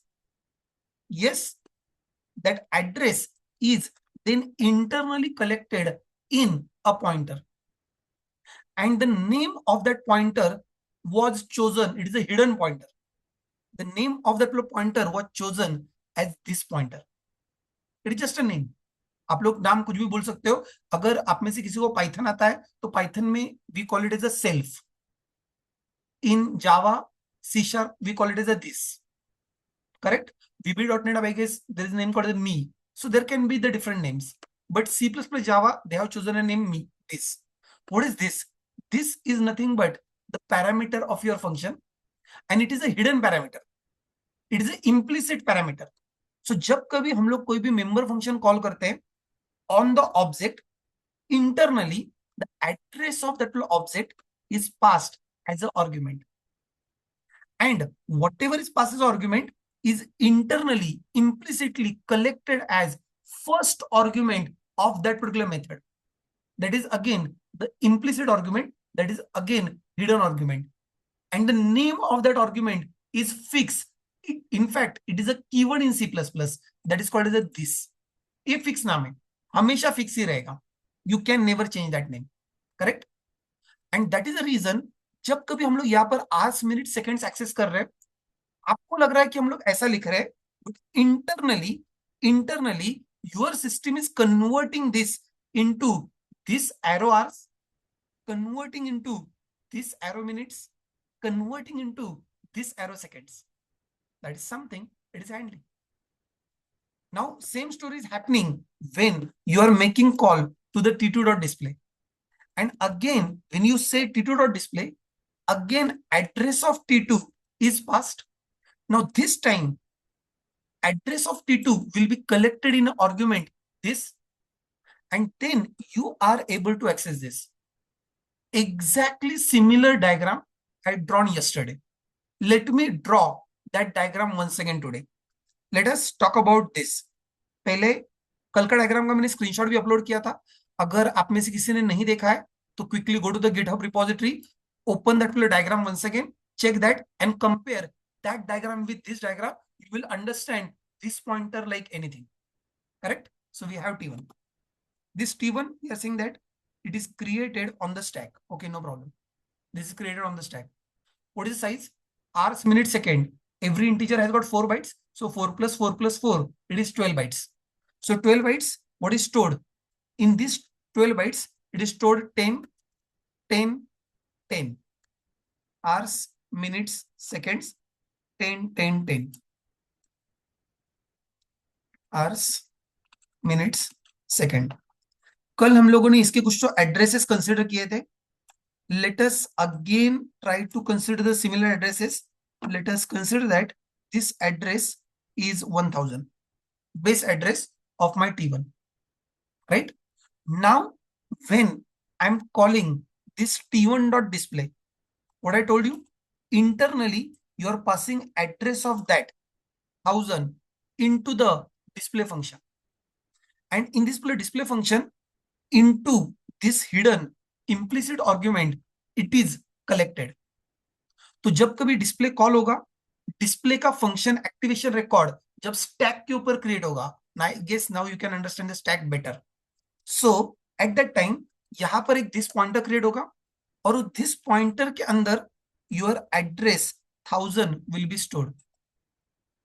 Done. Address 1000 is stored. Now you tell me, जब हम लोग लिखेंगे this arrow hours, this arrow minutes, this arrow seconds, what exactly it is accessing? At that time it is accessing 1000 का hours 10, 1000 का minutes 10, 1000 का seconds 10, that get access. अब it is very easy. लेकिन जब फंक्शन खत्म होता है, by the way it is argument, जैसे ही फंक्शन खत्म हो जाएगा, function activation record is destroyed, and then this pointer argument which is created in the stack, that is also destroyed, destroy हो गया. And then we want to talk about this second part, जो हम लोगों ने T2 create किया है. Whether T2 is, that T2 is also created on the stack. It is part of local variable of main function activation record of main. What is stored over here? Oh, it is storing 15, 15, 15. Let us consider that its address is 2000. और जब हम लोग call करेंगे कौन सा वाला, T2 dot display, eight that time internally it is converting into this display. All good. And when it is done, eight that time वापस से यहां पर दिस के अंदर क्या कलेक्ट होगा? 2000. So please note that it is a local variable. Akshay, it is a local variable. तो local variable is recreated. Function दूसरी बार कॉल होगा तो वापस से फंक्शन एक्टिवेशन रिकॉर्ड क्रिएट होगा और उसके अंदर वापस से ये स्टोर होगा. वहां से आया हुआ 2000 एड्रेस यहां पर कलेक्ट किया जाएगा, and then it is pointing to this particular variable. All good. Now if someone is accessing, what is that, this arrow hours, this arrow minutes, this arrow seconds, what will happen? You are actually accessing 15, 15, 15, and that get printed. Again, do not forget, जब कभी function खत्म होगा, if the function is completed, when function is completed, when function is completed, at that time the function activation record is destroyed. Earlier when the function was completed, earlier this pointer was destroyed. Next time when the function is completed, new this pointer which was created, even that is destroyed. And at the end जब आपका main खत्म होगा, जब main खत्म हो जाएगा, तो main के जितने सारे लोकल वेरिएबल्स थे, all these local variables, even they get destroyed when main is completed. That's it, that is the story. So I'm saying that इसका जो नाम है कौन सा, this, someone asked me the question, क्या सर ये नाम हमेशा फिक्स होता है? Yes, ये नाम हमेशा फिक्स होता है. The name is same. Name is this pointer. So let me mention what is this. This is implicit argument of every member function of class. Every member function of the class. It is always internally. By the implicit मतलब आपको नहीं देना है. Internally, it is always first argument. That is also clear. Next, what it holds? It holds address of the object. So what is object? Object is nothing but the variable. Time t1 variable को हम लोग object कहते हैं, t2 variable उसको हम लोग object कहते हैं. So it holds the address of the object on which the method is called. The method or the function is called, member function is called. Method and member function, these are the synonymous words once again. That is done. And common sense says, since it is argument, it is automatically destroyed when the function is completed. Argument है, function activation record खत्म हो जाएगा, वो खत्म भी हो गया. इसका मतलब ये होता है कि this is accessible only inside member functions. You cannot try to access it inside main. You cannot access it inside any global function. It is only and only available in the member function of the class. And what it contains, it keeps the address of the object, it keeps the address of the class variable on which that particular function is being called. This is the basic concept of this. And as you know, this is actually made as a keyword in C++, ताकि उसको आपको declare करने की जरूरत नहीं है. It is a keyword in C++. What is another important thing I'm saying that अगर आप लोग नहीं भी लिख रहे हो, मतलब जब कभी I am writing it like this, every time I am writing arrows over here, that is internally, when I'm writing R's over here, internally it is automatically converted into this arrow R's. आपको बताने की जरूरत नहीं, it is by default there. इसका मतलब ये है, writing this keyword every time inside the member function is not mandatory. It is not mandatory. जरूरत नहीं है. So you want to keep your code clean or something like that, then you may not keep writing this arrow, this arrow, this arrow every time. It is not required. लेकिन मैंने बहुत सारे companies के code देखे हुए हैं. Companies people they strongly recommend कि आप लोग दिस एरो लिखा करो, because that gives you clarity that you are dealing with the data members. It is optional to write, but yes, it is usually recommended. It is, so what I was saying is that it is, so writing this keyword for each access, each member access is optional. It is optional, but it is good practice. May I have some quick feedback? Have you got the idea about what is this? Yes, sir. Yeah, great. It is hidden, then what is significance? I guess I was explaining with the significance only. That this pointer is actually holding the address of the object on which the method is called. हाँ, लेकिन अगर ये optional है तो ये इतना क्यों पढ़ा रहे हैं हम लोग? बिकॉज ये ऑप्शनल होता है but there are certain situations जहां पर उसकी जरूरत पड़ती है. हाँ, someone asking the question, when it is converted, it get converted by the compiler, your C++ compiler. Your C++ compiler internally take care of it. Is that okay? और एक चीज, अब ये किसी ने पूछ ही लिया है, तो I would also add up that point as well. I also add up that point as well. This pointer, this is a constant pointer. What is the meaning of this? It cannot point to any other object other than the current object. This is a constant pointer, so it can only point to current object. You cannot try to modify it. सो आप में से किसी को तो mood आएगा, sir pointer ही है ना, तो मैं काम करता हूं, अंदर जाके मैं लिखता हूं this is equal to null. आप लोग ये नहीं कर सकते हो. This is not allowed. This is not permitted. It is a constant pointer. You can never modify this. It is a constant pointer. वो लिखते वक्त टाइम स्टार कॉन्स्ट दिस ऐसा कुछ तो आप लोग लिख सकते हो, बट कॉन्स्ट कीवर्ड के डिटेल में नहीं जाएंगे अभी के लिए. Is that okay? Defining the name, yes, coming to that. तो अगर वो लिखना कंपलसरी नहीं है, तो सर कौन सा सिचुएशन है जहां पर वो लिखना पड़ता है? पहले मैंने आपको बेसिक बताया कि writing it is optional, not really required. Many times you can literally avoid writing that and things will work. However, there are typical times जहां पर उसको लिखना पड़ता है. कौन सा time? Let us try to recall yesterday's function. Let's say set hours, and you recall yesterday we written name, let's say h, and we simply say that hours is equal to h. How do we call it? You remember that as well? How do we call it?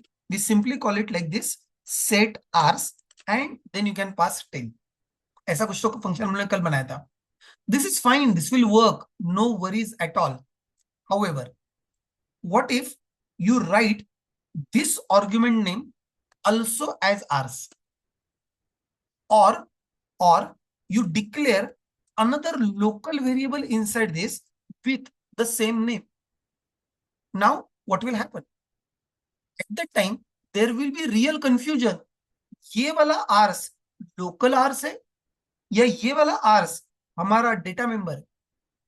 Will it be confusion? Yes. And this is exactly the reason where writing this becomes compulsory. Writing this in this particular situation will gives guarantee कि अब हम लोग जो hours access कर रहे हैं, this ars is a data member. This ars is not argument. This ars is not local variable. And it is many times people don't want to write the name h. H is not readable name anyway, guys. The better name always that we write is ars. अगर आप लोग ऐसा नाम लिखते हो कि जहां पर आपका वेरिएबल का नेम और डेटा मेंबर का नेम सेम हो रहा है, at that time you must write this arrow before the data members to ensure that you are accessing the data member. अगर आप लोगों ने नहीं लिखा तो क्या प्रॉब्लम होगा? In that particular case, rs is equal to rs. By default, it will consider this rs as the local variable only. And even this rs is also local variable only. And then what you are doing? You are assigning a local variable to local variable. Nonsense. ये वाला जो rs है, ये कभी आपका initialise ही नहीं हो रहा है in this particular situation. Correct? You do not want this kind of wrong things to happen, and that is exactly the reason you should write it like this. I always recommend that कि जहां जहां पर है वहां पर आप लोग this arrow keyword लिखा करो. It is good for health. Good for health in sense it is good, there are no confusions. So I would prefer, instead of writing like this, you write it like this. This makes your code more readable. though यहाँ पर कोई confusion नहीं था, तो यहाँ पर अपने लिखा तो भी चलेगा, नहीं लिखा तो भी चलेगा. आपके पास दोनों ऑप्शन अवेलेबल है. Better you write it, keep the practice at least in initial stages. And yesterday we were talking about controlled access. Means हम लोग डायरेक्टली वैल्यू को इनिशियलाइज नहीं करेंगे. it is good idea that we will check it. We will ensure that the values are in the valid range, and that values are in a valid range. Ideally it should be compared using if else. You should be throwing exceptions, लेकिन अभी अपने को exception handling नहीं आता है, तो for time being instead of exception handling I will use one C language feature called as assert, जहां पर I'm ensuring that ours has to be greater than or equal to 0 and ours has to be less than 24. I want to ensure that जब कभी ये condition false हो जाएगा आपका program fail हो जाएगा. हमने ऑलरेडी कल देखा है. We will not waste time on that once again, right? So अगर आपका वो वीडियो मिस हो गया है तो video is already uploaded. The yesterday's lecture video is also publish on YouTube.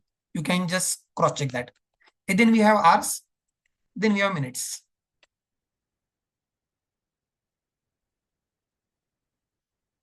Minutes का रेंज होता है 0 to 60, right? And then you can initialize the minutes over there. And then we can have like seconds. Okay, seconds.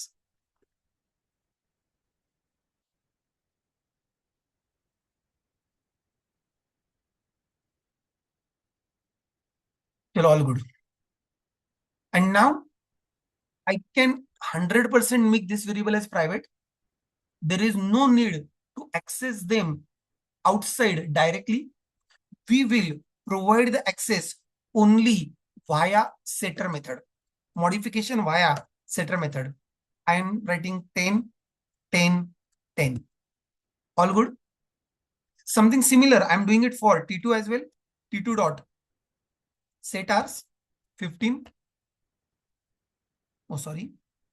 15, 15, 15.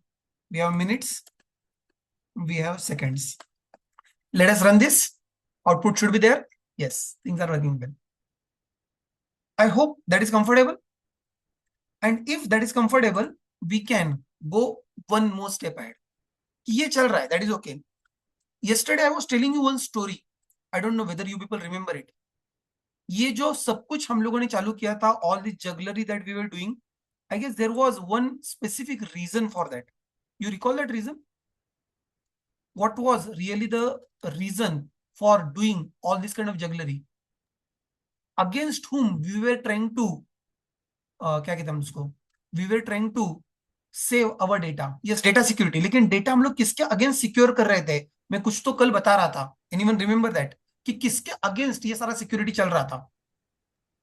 your colleagues. User?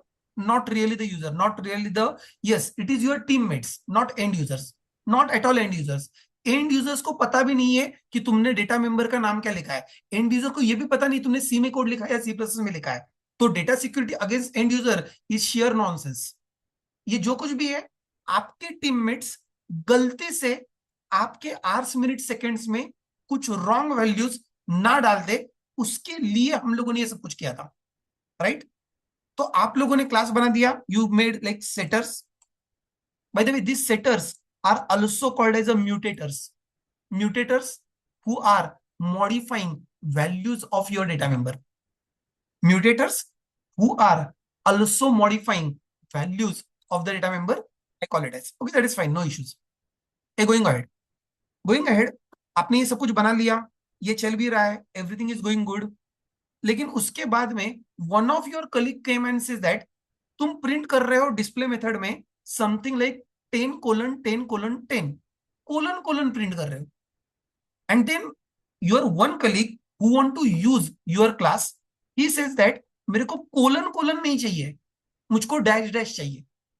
I want to print it like 10-10-10. लेकिन problem सुनो, one of the person, one of the colleague is saying that मेरे को dash dash print करना है.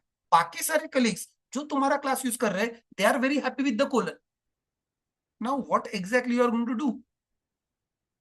Don't you think that when your colleagues have specific requirement कि मेरे को ये ऐसे ही प्रिंट करना है, at that time you cannot keep satisfying like only one colleague. फिर बाकी लोग टेंशन में आ जाएंगे, यार नहीं हमको डैश नहीं, हमको कोलन ही चाहिए था. ऐसे वक्त में what could be a better approach? What could be a better approach is, listen carefully. what I can do is that I can tell that XYZ developer जिसका स्पेशल रिक्वायरमेंट है, मैं उसको डायरेक्टली बताता हूं तुम एक काम करो, तुम मुझको परेशान मत करो, तुमको जैसे डिस्प्ले करना है वैसे तुम डिस्प्ले कर लो. What is your requirement? Your requirement is that you want to display it as percent d dash percent d dash percent d. If that is your requirement, go ahead and display it. I don't care. तो बोलेगा कैसे? So you tell him that okay, you display it like t1 dot hours, t1 dot minutes, and t1 dot seconds. So simple. It is not simple now. You can see the red marks over there. We have declared the variable as a private. Now no one can modify it. Forget about modifying. No one can even read from that. We have, हम लोगों ने कुछ ज्यादा ही security कर दिया. It is now extremely secure. If it is extremely secure, कोई उसको access भी नहीं कर पाता. तो अब how do I provide the access? A very simple idea is that the way you have written the setter methods, if you feel that कि आपके डेटा मेंबर्स का एक्सेस आपके कुछ टीममेट्स को अगर इंडिविजुअली रीड करने के लिए चाहिए, तो you can write the additional methods called as the setter methods. What this methods were setters और दे वर कॉल्ड एज, मैंने कुछ नाम बताया था, mutators. You can write another one called as the getters, और getters are also called as a inspectors, where you can inspect the value. And we can write the method, let's say get hours. Get hours method, not taking any argument, just returning the value. And as a good practice, I will use this keyword here onwards every day. Something similar, you can also write the method minutes and also method for seconds. We have a method for minutes and then we also have a method for seconds. Oh, we have hours, we have minutes, we have seconds. Perfect. All good. And then you will ask your that teammate जिसको dash में print करना है. So you will tell him that okay, you go ahead and you access it t1 dot get hours, t1 dot get minutes, t1 dot get seconds. That's it. Now your teammates, they can effectively decide कि उनको इसको कैसे use करना चाहिए. सो they can take care कि मुझको ऐसे print करना है that t2 t1 whatever that I want to print it and it will work. So is it working? Let us run it and cross check it. It's very easy. Not only that, your teammate might have a special requirement. He might have a demand. ये जो तुम कर रहे हो, again I didn't like that. Why I didn't like that?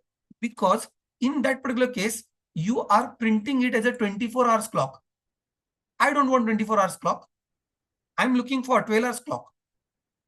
If he is looking for 12 hours clock, तो अब उसके लिए अब आपके पास चॉइस है कि आप लोग एक नया फंक्शन उसको बना के दे दो inside your class and you can tell him that you use this. Otherwise, you tell him मैंने तुमको getter access दिया है, यहां से कि तुमको जो करना है तुम तुम्हारा देखो. कैसे? Let him handle that explicitly if it is his demand. क्या? He can check t2 dot get hours if this is greater than 12. If it is greater than 12, he can take care of displaying as PM and I guess minus 12 with that.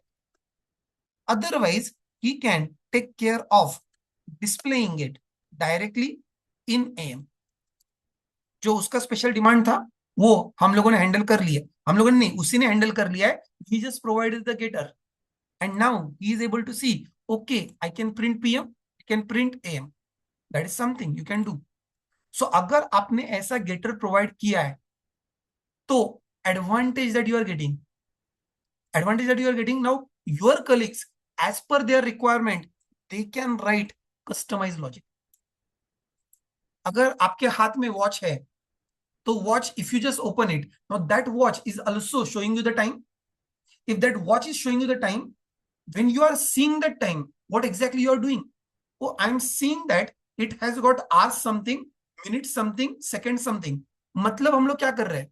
हम लोग actually hours minute second read कर रहे, हम लोग actually hours minute second get कर रहे, हम लोग आवर्स मिनट सेकेंड इंस्पेक्ट कर रहे. That is exactly analogy of the getter methods. तो ये जो आप लोगों ने देखे these are the setter methods, ये जो आप लोगों ने देखे these are the getter methods. और इसके अलावा जो एडिशनल मेथड्स आप लोग लिख रहे हो that is for your extra logic, maybe they are also referred as facilitators. These are the additional facilities. अब आपको जो भी करना है, it could be display. Yesterday we were talking about like increment function, so that kind of increment, जो भी आप लोग कहना चाहते हो, that can be available over here. I hope it is fine.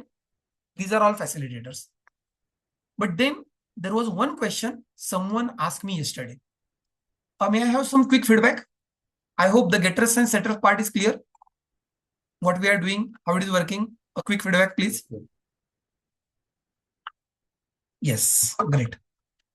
Now, if that is fine and if it is understood, now yesterday someone was asking the question and I told him that okay, रुको जरा, I'll tell you later. वो letter कल आया ही नहीं. I guess आज at least we should be able to answer.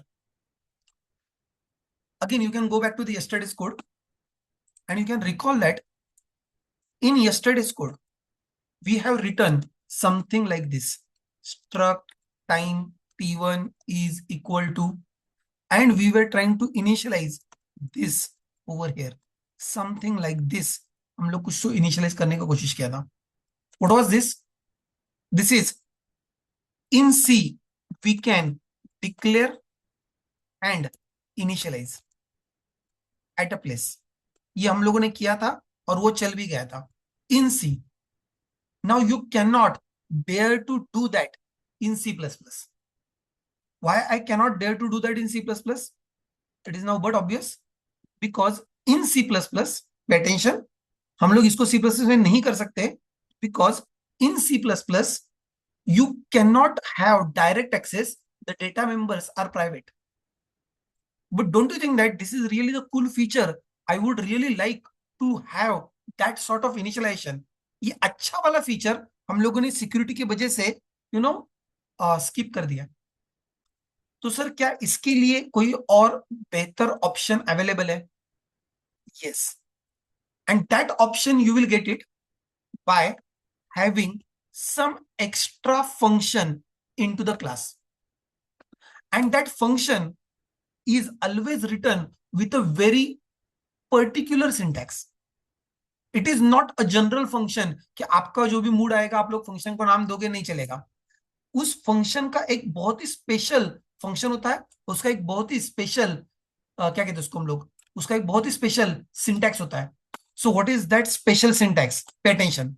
That special syntax that I want to tell you over here is function का नाम must be same as a class name. Function का नाम must be same as a class name. And उसका return type कुछ नहीं होना चाहिए. No return type, not even void. Not even void. And inside this, you can do the initialization. You can do the initialization that you want.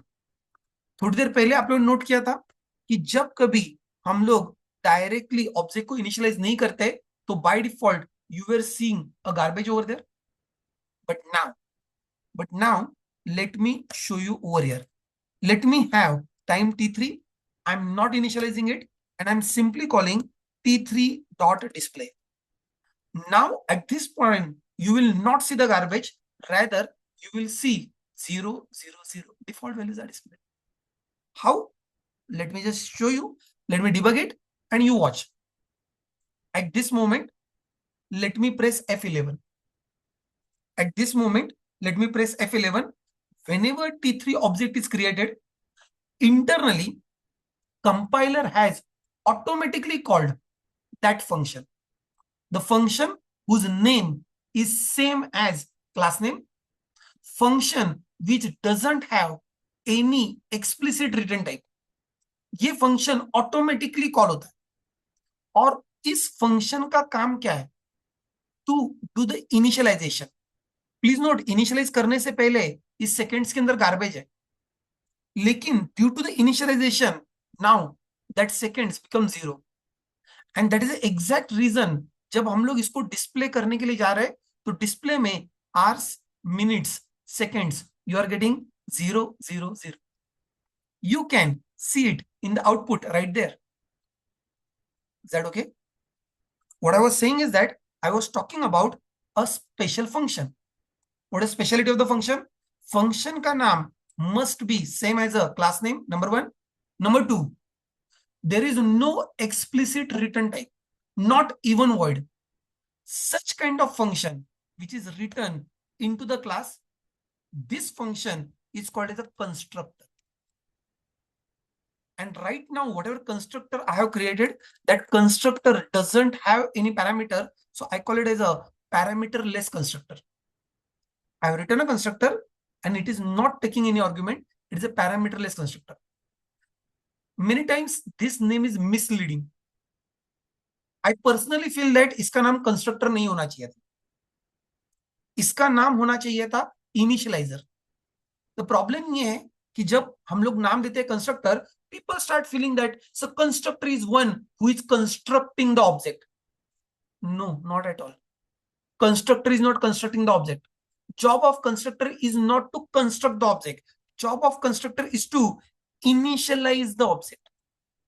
And speciality of the constructor, I already told you, there are 2-3 specialities. Number one speciality, that constructor name is always same as class name.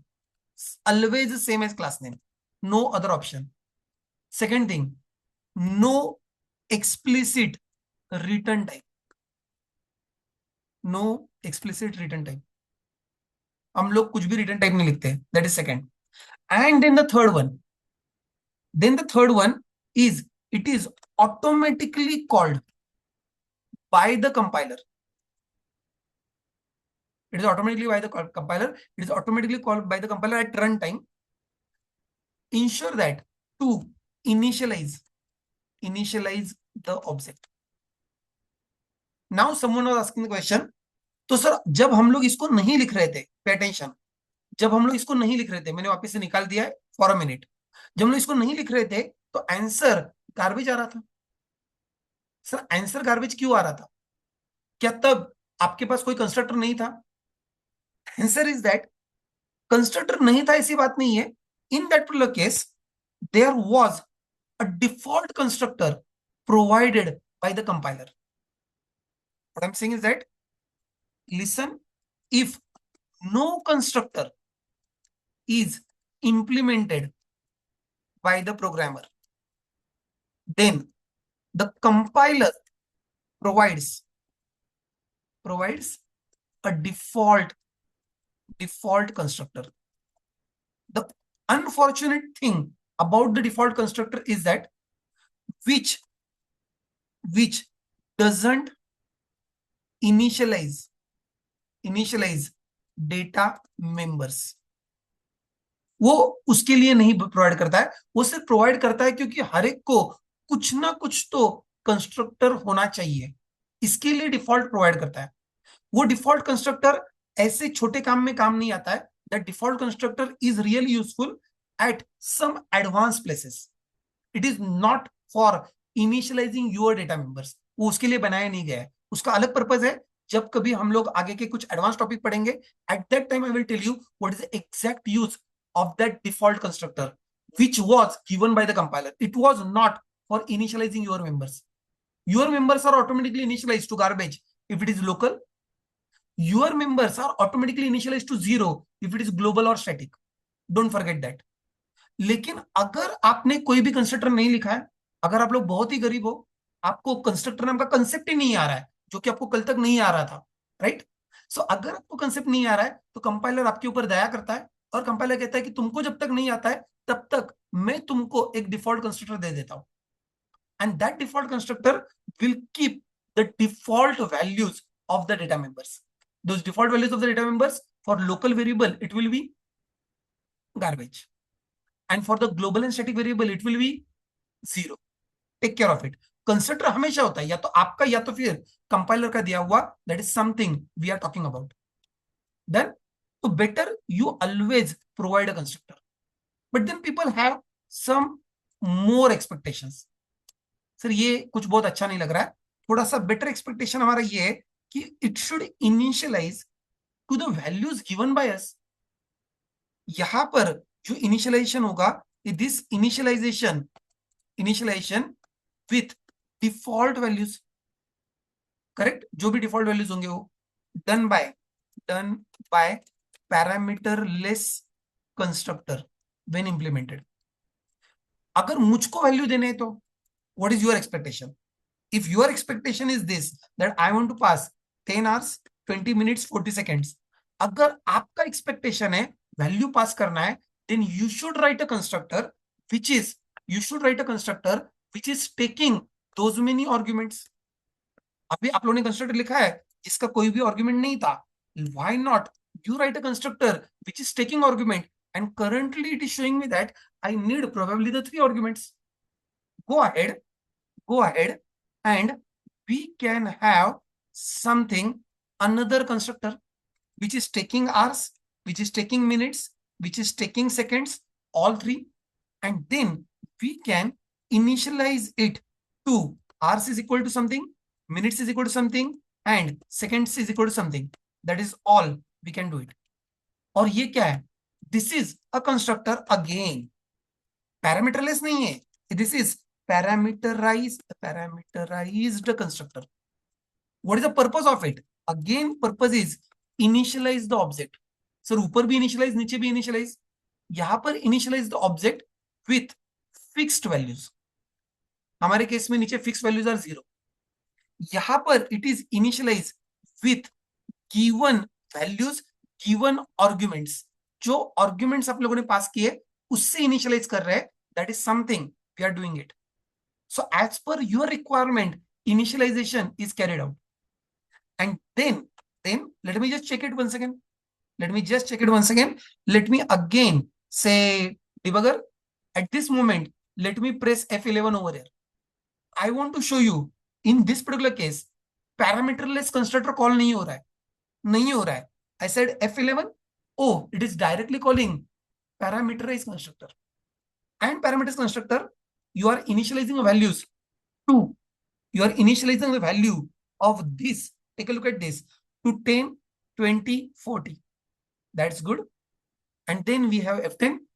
When you say T4.display, you will be able to see exactly same value, 10, 20, and 40. This should work like this. Is this clear? So यहाँ पर initialization is done not by parameterless constructor, but it is done by the parameterized constructor.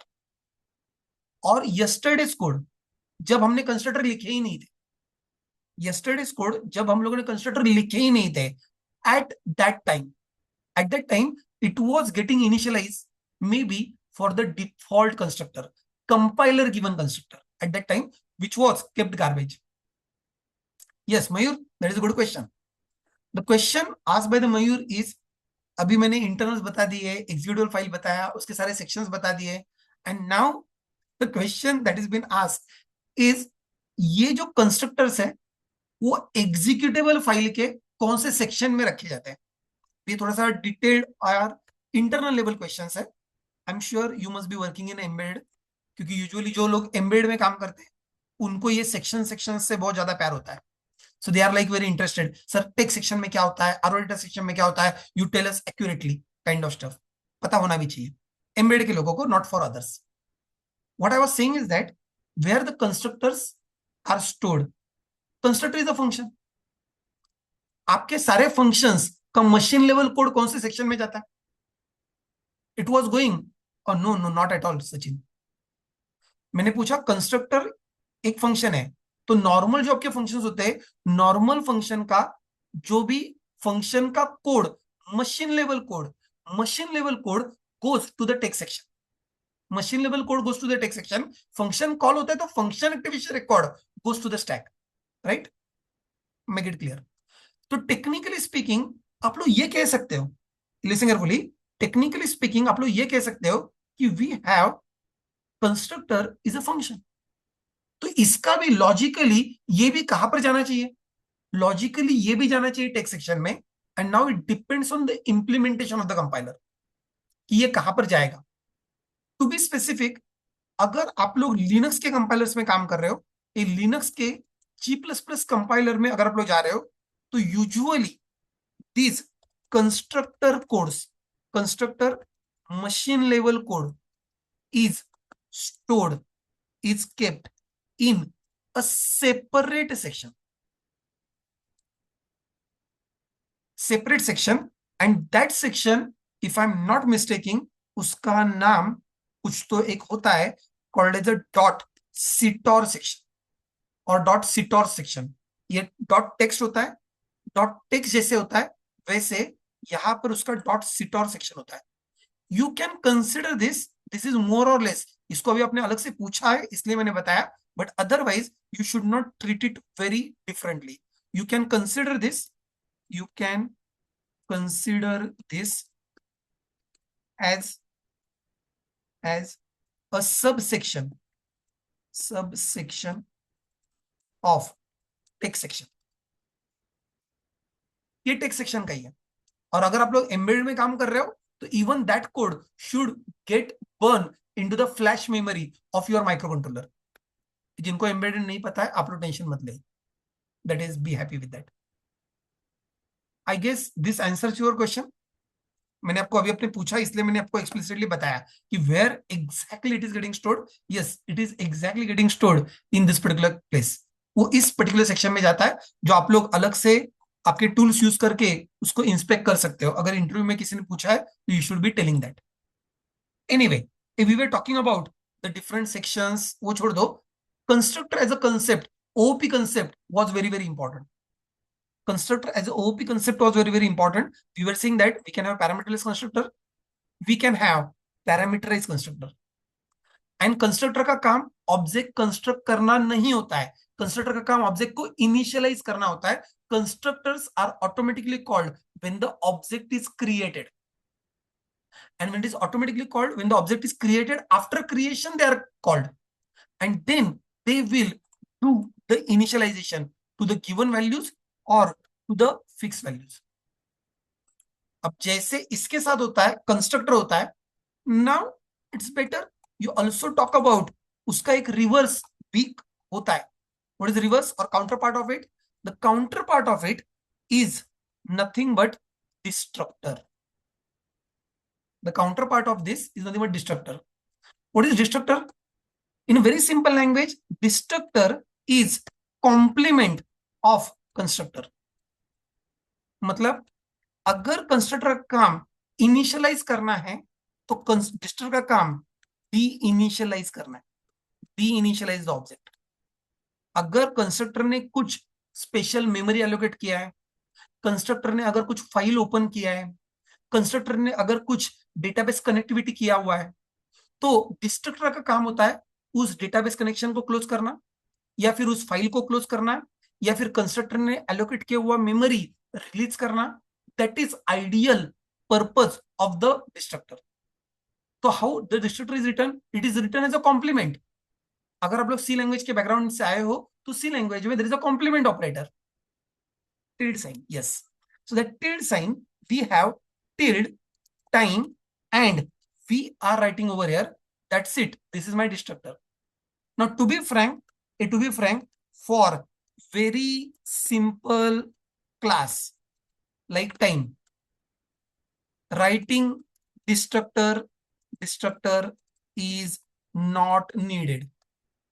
Compiler can provide, or rather you can rely on compiler provided default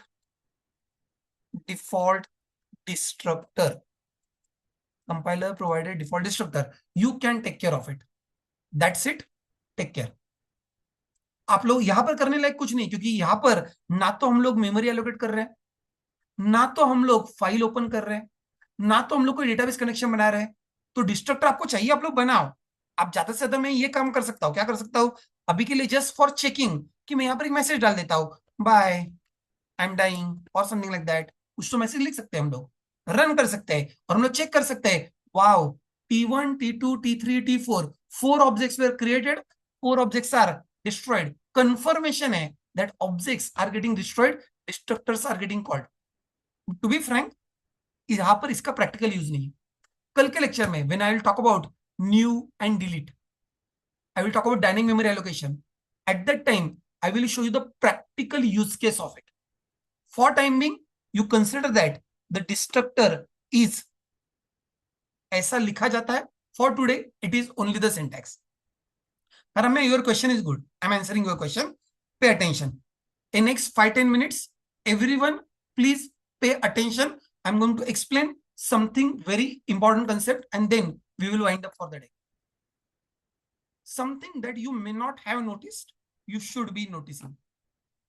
आपने अगर ठीक से note किया होगा तो अभी अभी आप लोगों ने एक क्लास में ऐसे 2 फंक्शन लिखे हैं जिसका नाम एग्जैक्टली सेम है. ये हम लोग सी लैंग्वेज में नहीं कर सकते थे. इन सी लैंग्वेज एक नाम का एक ही फंक्शन अलाउड था.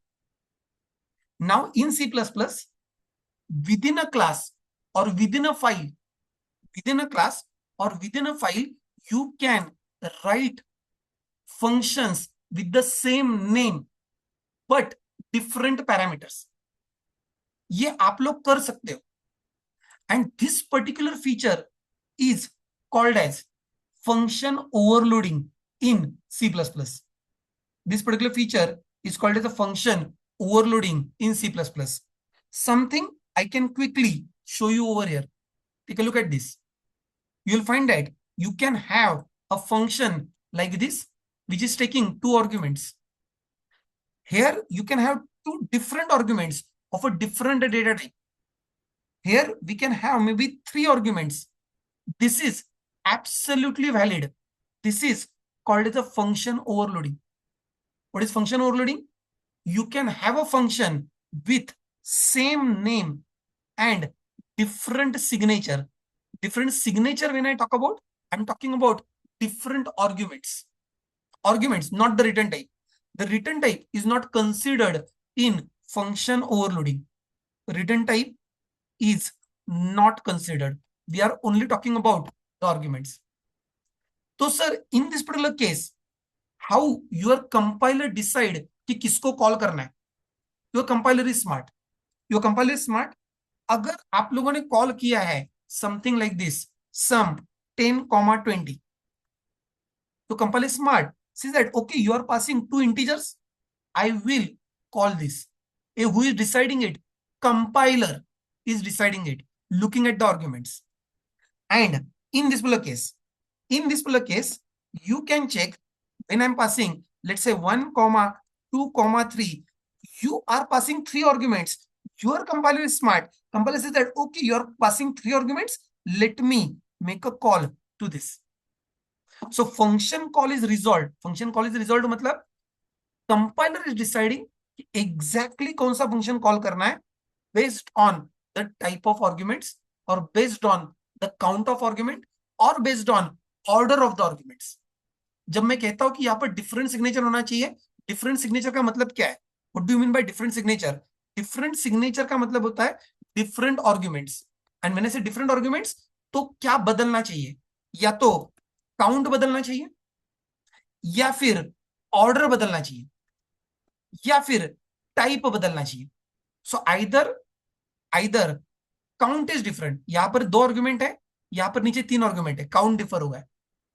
या फिर ऑर्डर, एक इंटीजर दूसरा फ्लोट, दूसरे फंक्शन में पहला फ्लोट दूसरा इंटीजर, दैट इज ओके. या फिर टाइप, यहां पर टाइप डिफर हुआ है. My question is that what about this? ये नीचे वाला एग्जांपल देखो. इन this particular case, is this overloading? क्या ये ओवरलोडिंग है? अगर आप लोग ठीक से नोट करते हो तो arguments are same. Arguments are same, only the return type is different. And if only return type is different, I would say that this is not overloading. This is not overloading. इसको हम लोग overloading नहीं कहते. इसके ऊपर से compiler differentiate नहीं कर पाता. अगर आप लोगों ने कॉल दिया something like this, sum 1, 2, your compiler is confuse यार कि मैं किसको कॉल करूं, शुड आई कॉल दिस और शुड आई कॉल दिस, क्योंकि मेरे हिसाब से कॉल में मेरे को दोनों सेम ही दिख रहे हैं। वैसे भी वैल्यू, रिटर्न वैल्यू कलेक्ट करना ये कोई कंपलसरी चीज नहीं होती है। It is not a compulsion कि आप लोग रिटर्न वैल्यू कलेक्ट करो फंक्शन का। प्रिंटफ फंक्शन हम लोग हर रोज कॉल करते हैं, we never collect its return value. Collecting return value is not compulsory. So compiler never look at what you are returning. Compiler only look at arguments. Compiler only look at arguments. And then people say that, तो sir ये तो बहुत ही बड़ा confusion हो गया. In this particular case, how your compiler is able to manage internally? So compiler confuse नहीं होता दो function with exactly same name and different arguments. Actually, compiler is smart. In fact, much smarter than us. हमारा problem ये है कि हम लोग उसका नाम देखते हैं, पर कंपाइलर का स्मार्टनेस ये है, कंपाइलर इंटरनली क्या करता है, लिसन केयरफुली, कंपाइलर इंटरनली क्या करता है, वो आपने जो आर्गुमेंट दिए, बेस्ड ऑन दैट कंपाइलर उसको एक स्पेशल नाम दे देता है। जो आपने आर्गुमेंट्स दिए, बेस्ड ऑन दैट कंपाइलर उसका इंटरनली एक स्पेशल नाम दे देता है। So being a programmer I am able to see the name sum, but compiler internally अगर आप में से कोई सिंबल टेबल जाके देख सकता है, तो सिंबल टेबल में उसका नाम कभी भी सम नहीं होता है। सिंबल टेबल में it will have some special name. For example, वो कंपाइलर स्पेसिफिक होता है। मे बी एग्जांपल के लिए इसका नाम होगा सम आई आई। एग्जांपल के लिए आई आई क्यू दो इंटीजर है, नीचे मे बी इसके लिए कंपाइलर का नाम मे बी होगा एफ एफ। क्यों, दो फ्लोट आर्गुमेंट्स है, एग्जांपल दे रहा हूं, नाम कुछ भी हो सकता है और नाम कंपाइलर के ऊपर डिपेंडेंट करता है। एंड देन सम अंडरस्कोर, इसके लिए it might be I I I. तो this is a special name generated by the compiler internally to identify them, and that is exactly this particular concept, this particular logic is called as name mangling. This is called as a name mangling. Name mangling मतलब names, what's that, compiler internally identify functions with special names based on their arguments. किसी को अगर वो नाम देखने हैं तो आपने सिंबल टेबल चेक कर लेना चाहिए, सिंबल टेबल में उसका सही नाम आता है। This is nothing but the function overloading. तो sir you are telling me that ऐसा ही फंक्शन ओवरलोडिंग इंटरनली हो रहा है? यस, ऐसा ही फंक्शन ओवरलोडिंग इंटरनली हो रहा है, which you can watch it over here. ये जो टाइम है इसका इंटरनली नाम अलग है, ये जो टाइम है इसका इंटरनली नाम अलग है। सो जब कभी आप लोग आपका फंक्शन कॉल कर रहे हो, जब कभी आप लोग फंक्शन कॉल कर रहे हो, eight that time it is getting all together a different name, it is getting all together different name. यहां पर जो आपका कंस्ट्रक्टर कॉल हुआ है, सॉरी ये वाला नहीं दिखा था मेरे को, I wanted to show you this one, not this one, हाँ this one, I want to show you this one. यहां पर जो आप लोगों ने फंक्शन कॉल किया है, ये this particular function is internally having some specialise name. Compiler का उसके अंदर एक अलग नेम होता है, we will not go into the details of that, वो नाम आप लोग असेंबली लैंग्वेज में जाके देख सकते हो। हाँ, someone is asking that significance of the function overloading. हाँ Nishant, significance of function overloading is example, perfect example, constructor overloading. Constructor का रूल क्या था? कंस्ट्रक्टर का रूल था कि name of the constructor must be same as the name of a class. वहां पर जो आपका सम फंक्शन है बाहर का, उसको तो आप लोग अलग अलग नाम दे सकते हो, that is option is available, वहां पर ऑप्शन इज अवेलेबल। यहां पर क्या करोगे, कंस्ट्रक्टर का डेफिनेशन ही है कंस्ट्रक्टर का नाम must be same as the name of the class, तो यहां पर दो कंस्ट्रक्टर के नाम सेम ही होंगे, and that is the reason C++ need the function overloading as specific feature. I hope that is clear. इसको हम लोग कंस्ट्रक्टर ओवरलोडिंग भी कह सकते हैं, but in C we can pass less arguments. What in CPP?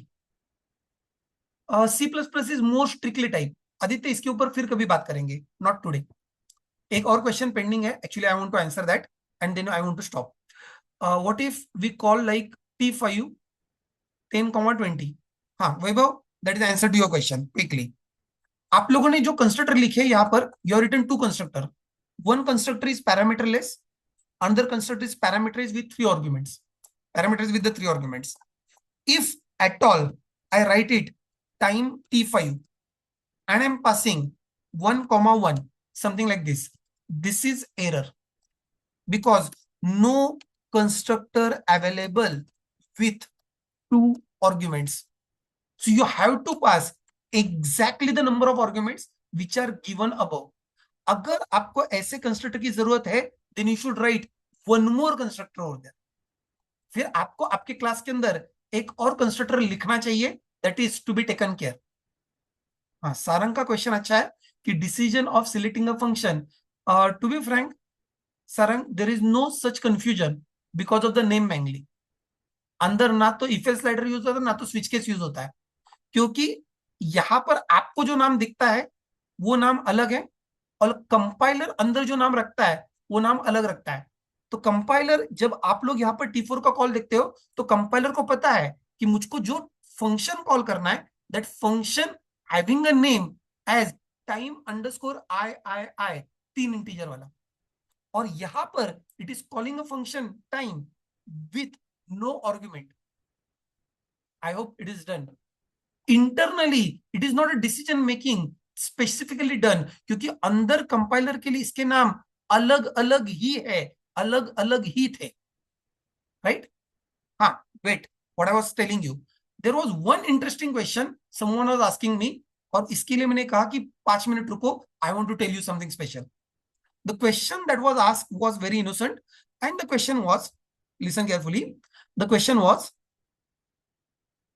number of destructors, is it equal to number of constructors? अगर हमने दो कंस्ट्रक्टर लिखे तो क्या हमको दो डिस्ट्रक्टर लिखने चाहिए? Answer is no. Answer is no. You have only one destructor max in your class. So programmer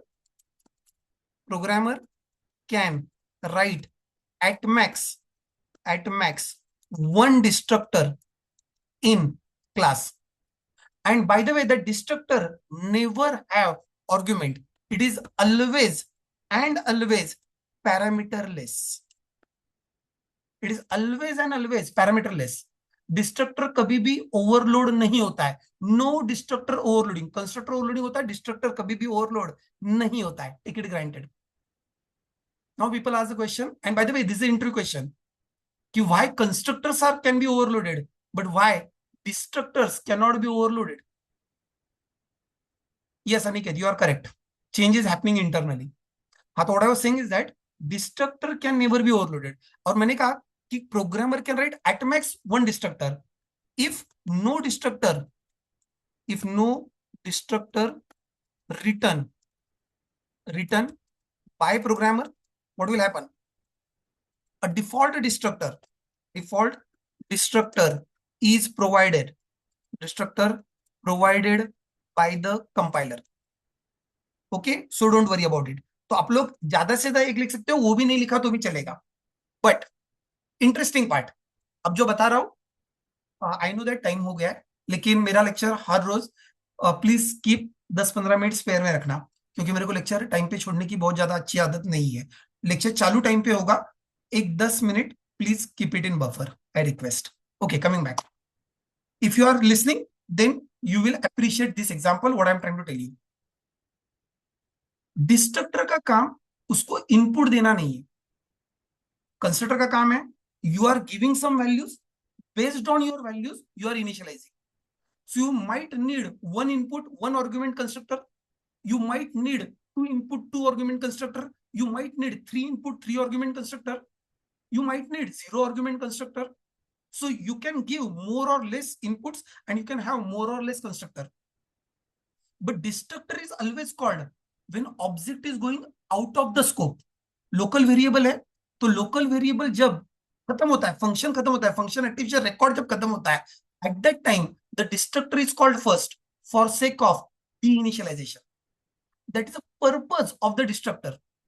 So destructor को कुछ भी देना नहीं है, अगर उसके पास कुछ है तो उसको वापस ले लेना है। So destructor को there are no inputs required. Destructors are always parameterless. I usually explain this with one real life example. Listen to the example. Think of it. अच्छा एग्जाम्पल नहीं है, बुरा एग्जाम्पल है, मतलब सुनने में बहुत अच्छा नहीं लगता है, but that is a realistic example. Listen very carefully. अगर आपको पता चला कि आपका कोई तो relative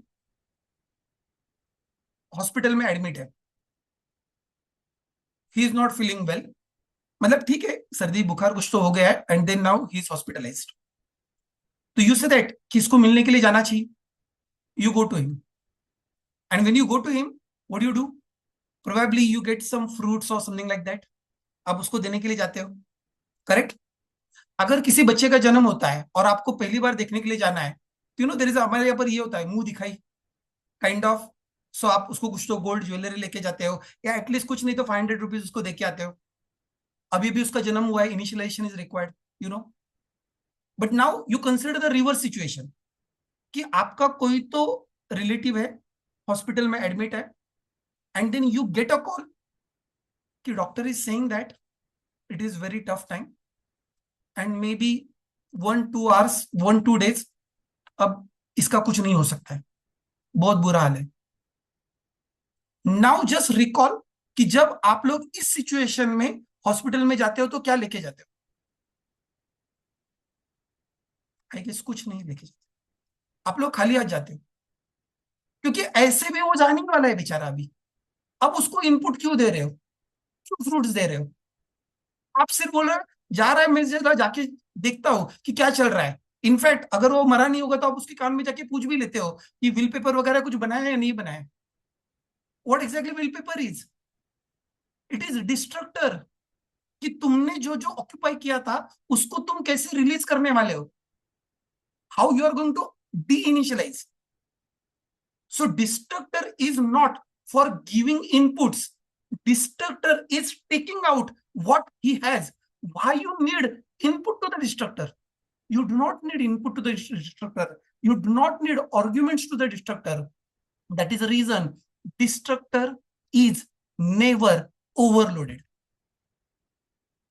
I hope you got the point. मैंने एक रियल लाइफ एग्जांपल दिया. अगर इंटरव्यू दे रहे हो तो इंटरव्यूअर को यही एग्जांपल सुनाना, इंटरव्यूअर खुश हो जाएगा. ओके, चलो, thank you very much for listening so patiently. Let us stop over here.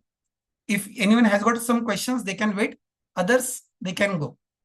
Thank you, bye bye, see you tomorrow.